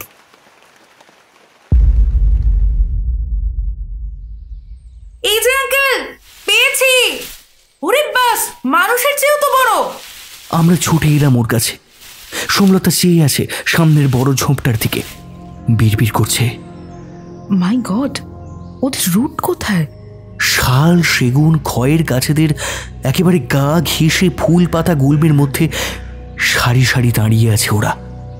এক একজন উজ্জ্বল লাল, গোলাপি, হলুদ রঙের, ঠিক মামা যেমন বলেছিলেন, ওয়াইন গ্লাসের মতো দেখতে। প্রত্যেকের মাথার উপরে টুপির মতো একটা আধখোলা ঢাকনা। যোগু মামা একেবারে স্তম্ভিত হয়ে দেখছেন। বললেন, কলস উদ্ভিদ, পিচার প্ল্যান্ট এই জঙ্গলে হয় নাকি? কোনোদিন তো শুনিনি। তাছাড়া এগুলো তো শিকার ধরার কলসি বা ট্র্যাপ। লিফ স্টেম, মূল গাছটা কোথায়? সেটাই তো ভাবছি। তবে আঙ্কেল, আমাদের দেশে পিচার প্ল্যান্ট কিন্তু আছে। কাল বলছিলাম না, নর্থ ইস্টের জঙ্গলে এদের দেখেছি। যতদূর মনে পড়ছে নাম নেপেন্থিস খাসিয়ানা। হার্বেরিয়ামের জন্য কালেক্ট করেছিলাম, কিন্তু সে ওই বিঘত খানিক এতটুকু। খুদে পোকামাকড় ওদের আঠায় আটকে যায়। অনন্ত সরখেল ইতিমধ্যে পিছনে এসে দাঁড়িয়েছেন। তার চোখ তো একেবারে রাজভোগ। আরে বাপ, গাছ জন্তু মানুষ ধরে ধরে খাচ্ছে। কি ভয়ানক জায়গা স্যার। আপনাকে খাবে বলে তাড়া করেছিল। বলতে বলতে নিজেই একটা লাভ কেটে পিছিয়ে গেলেন। এই আমি একটা না নিয়ে যাব, বাড়িতে পুষবো ওকে। ছ্যাবলামি সবসময় ভালো লাগে না টুকলু। অনন্তবাবু একেবারে খেঁকিয়ে উঠলেন। আজ সূর্যোদয়ের পর থেকে জঙ্গলের এই অঞ্চল জুড়ে দক্ষযজ্ঞ আরম্ভ হয়েছে। 4 নম্বর কালভার্টের পাশ দিয়ে পরপর 4টে বুলডোজার নেমেছে। গড় গড় করে সেগুলো বনের এক একটা জায়গা ঢুকছে, যান্ত্রিক বেলচা দিয়ে উপড়ে ফেলছে ঝোপঝাড়। এত ঘন জঙ্গলে একটা পাখি পর্যন্ত চোখে পড়েনি। সাফ করতে করতে বুলডোজার পৌঁছে গেছে হাড়গোড়ের ঢিবিটার কাছে। আর ওই ঢিবির কাছে ঝোপঝাড় লতাগুল্মের মধ্যেই ওদের আস্তানা। এখন ওরা অতি নিরীহ, নিশ্চল। ভাবলেই শরীর একেবারে শিউরে উঠছে। অন্ধকার নামলে এরাই নাকি বেরোয় শিকারের খোঁজে। তিতির রায় বর্মন একটু দূরে চুপ করে দাঁড়িয়ে। মামা তাকে ডাকলেন, তিতির, এদের ব্যাপারে কিছু জানো? আগে জানতাম না, পরে সত্যিটা জেনে নি। এদেরকে বানানো হয়েছে। হোয়াট? বানানো হয়েছে? হ্যাঁ স্যার, সবকিছুই হয়েছে কামতাপুর স্বাধীন করার জন্য। জঙ্গলে এমন এক অ্যাম্বিয়েন্স তৈরি করতে হবে যাতে কেউ এদিক মারাবে না। জন্তু, জানোয়ার, মানুষজন কেউ না, একটা থ্রেট। এরা পাহারা দেবে নিঃশব্দে। ভেতরে ভেতরে যুদ্ধের প্ল্যানিং চলবে। কিন্তু ম্যাডাম, পিচার প্ল্যান্টের এই কলস ফাঁদ আলাদা অর্গান হিসেবে পাতা থেকে বেরোয়। মূল গাছটা মাটিতে শিকড় ঢুকিয়ে দাঁড়িয়ে থাকে। এখানে সেটা কই? এখানে এই কলসটাই হলো গাছ। বায়োটেকনোলজির সাহায্যে এই ক্রিয়েশন হয়েছে। It's a new creature. তুমি নিশ্চয়ই জানো পৃথিবীর সবচেয়ে বড় পিচার প্লান্ট হচ্ছে নেপেন্থিস রাজা। বর্নিও মালয়েশিয়ার পাহাড়ি জঙ্গলে পাওয়া যায়। তবে সেও বড় জোর 1.5 ফুট। তার শরীরে জেনেটিক ইঞ্জিনিয়ারিং করে কলসের নিচে ম্যানগ্রোভ ফরেস্টের নিউম্যাটোফোর বা শ্বাসমূল জুড়ে একে সৃষ্টি করা হয়েছে। ওই নিউম্যাটোফোরের ওপর ভর দিয়েই চলাফেরা ওরা করত। বাবা সবকিছুই আমার সঙ্গে শেয়ার করত। এটাও বাবার আইডিয়া, ইউনিক কনসেপ্ট ছিল, কিন্তু সেটাকে ওরা পুরোটাই উল্টে দিল। আর তাই নিয়েই তো বাবার সঙ্গে অশান্তি বাঁধলো। ওরা বাবাকে কিডন্যাপ করে রাখলো। Unique concept? সেটা কিরকম? এই পিচার প্লান্টের মধ্যে পাওয়ার স্টোরেজ হবে। অন্ধকার হওয়া মাত্রই আলো ছড়াবে। ভেবে দেখুন স্যার, কত ইলেকট্রিসিটি সাশ্রয় হবে। রাস্তার ধারে ধারে এদের বসানো থাকবে এক একটা জীবন্ত ল্যাম্পপোস্ট। কিন্তু এদের মধ্যে পাওয়ার আসবে কোত্থেকে? কেন? নেচার থেকে। Solar energy, lightning energy. প্রকৃতিতে কি এনার্জি কিছু কম আছে স্যার? এই সময় হঠাৎ কোত্থেকে ছুটতে ছুটতে এসে হাজির হলো রামু। তার হাতে মস্ত একখানা কাটারি। সে তো একেবারে ভয়ানক উত্তেজিত। খবর পেলাম শয়তানগুলো এখানেই আছে। আমার বন্ধুরা খাইছে, আমারও খাইতো। পৃথিবীর জঞ্জাল আজ নিজের হাতে কাটবো, যেই কটারে পারি। বলতে বলতে সে উদ্ভিদগুলোর কাছে গিয়ে এলোপাথারি কাটারি চালাতে শুরু করলো। অবাক হয়ে দেখলাম উদ্ভিদগুলোর কাটা কাটা অংশ থেকে রক্তের মতো টকটকে লাল রস বেরোচ্ছে, আর বাতাসে ছড়িয়ে যাচ্ছে অবশ করা তীব্র গন্ধ। থামো থামো, এইভাবে করো না। এই রস কাটা টুকরো জমিতে পড়ছে, তার থেকে এই গাছ ফের গজাতে পারে। বুলডোজার দিয়ে সব শুদ্ধ উপরে গাছগুলোকে জ্বালিয়ে পুড়িয়ে দিতে হবে। হ্যালো, আচ্ছা যাচ্ছি। চলুন ডক্টর মুখার্জি। সবাই এসে গেছে? চলো তিতির, তোমার বাবা আর সবাইকে মাদারিহাট থানাতে নিয়ে যাওয়া হচ্ছে।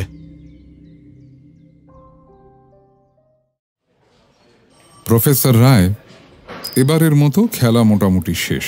অবশ্য উল্টো দিক থেকে বলা যায় নতুন কোনো খেলা শুরুর আগে। শুরুর আগে কেন বলছেন ডক্টর মুখার্জি? তার কারণ আসল ক্রিমিনালদের আমরা ধরতে পারিনি। এমনকি এদিককার কটা মাথাও ওদের সঙ্গে পালিয়ে গেল। এখনই হয়তো অশান্তি শুরু হবে না। এত বড় দেশের অন্য কোথাও, অন্য কোনোখানে এই মরণ খেলা গোপনে চলতেই থাকে। প্রফেসর রায়, আমার কয়েকটা মাত্র প্রশ্ন আছে, আপনি কি জবাব দেবেন? স্থির চোখে চেয়ে আছেন বিজ্ঞানী আনন্দ নারায়ণ রায়।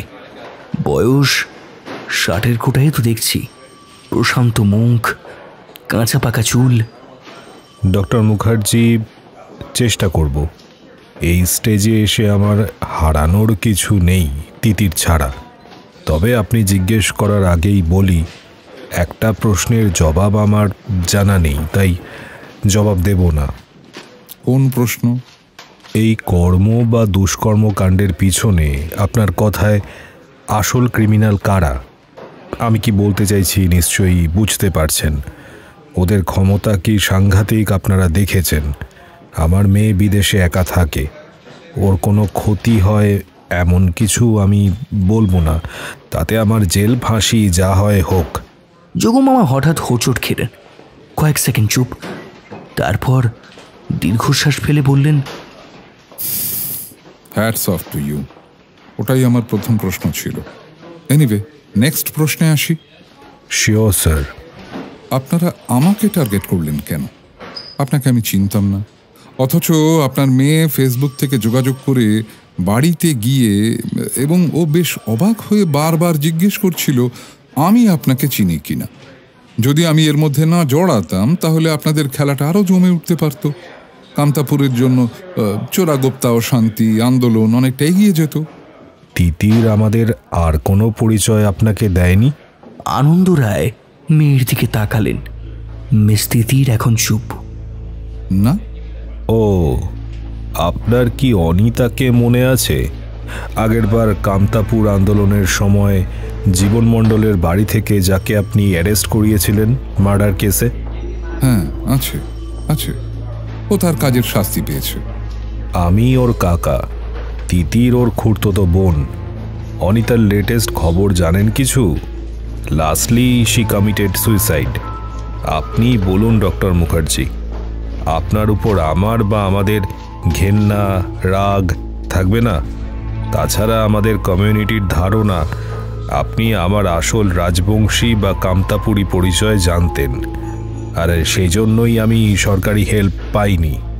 আমাদের এই মনোভাব তিতির একটুও জানতো না, বরঞ্চ ওর সামনে আপনার অনেক প্রশংসাই করেছি। তাই ও আমায় না পেয়ে সোজা চলে গেছিল আপনারই কাছে। আপনার খবর পাচ্ছিল না কেন? ওরা ফোন টোন কেড়ে নিয়ে আমায় নজরবন্দি করে রেখেছিল। আমি কামতাপুর চাই ঠিকই, কিন্তু ওরা যেটা করতে চাইছিল মানতে পারছিলাম না। বহুদিন ধরে যে রিসার্চ করে প্রায় শেষ দিকে এসে গেছিলাম, সেই লাইটনিং এনার্জি স্টোরেজের সব পেপার ওরা নিয়ে নিতে চাইছিল। তারপর এই যে পিচার প্ল্যান্ট নিয়ে আমার কনসেপ্ট, তাকে ওরা ডিস্টর্টেড করে দিচ্ছিল। তিতির বলেছে, কিন্তু ওরা বলতে কাদের কথা বলছেন আনন্দবাবু? আনন্দ নারায়ণ রায় যেন এক মুহূর্তের জন্য থমকে গেলেন। কয়েক মুহূর্ত চুপ করে থেকে বললেন, একজনের নাম আপনি জানেন, নিজের ফোন বন্ধ রেখে মেয়েটাকে অত দূর দেশ থেকে টেনে আনলো। হ্যাঁ, তারপর বনের মধ্যে নিয়ে এলো। আপনারই ছায়া সঙ্গী পলাশ, তাই তো? আর কে? আবার আটকে গেলেন আনন্দবাবু। তিতিরের দিকে এক পলক তাকালেন, তারপর ধরা গলায় বললেন, কি আর বলবো, ও আমার নিজের ছেলেই ছিল।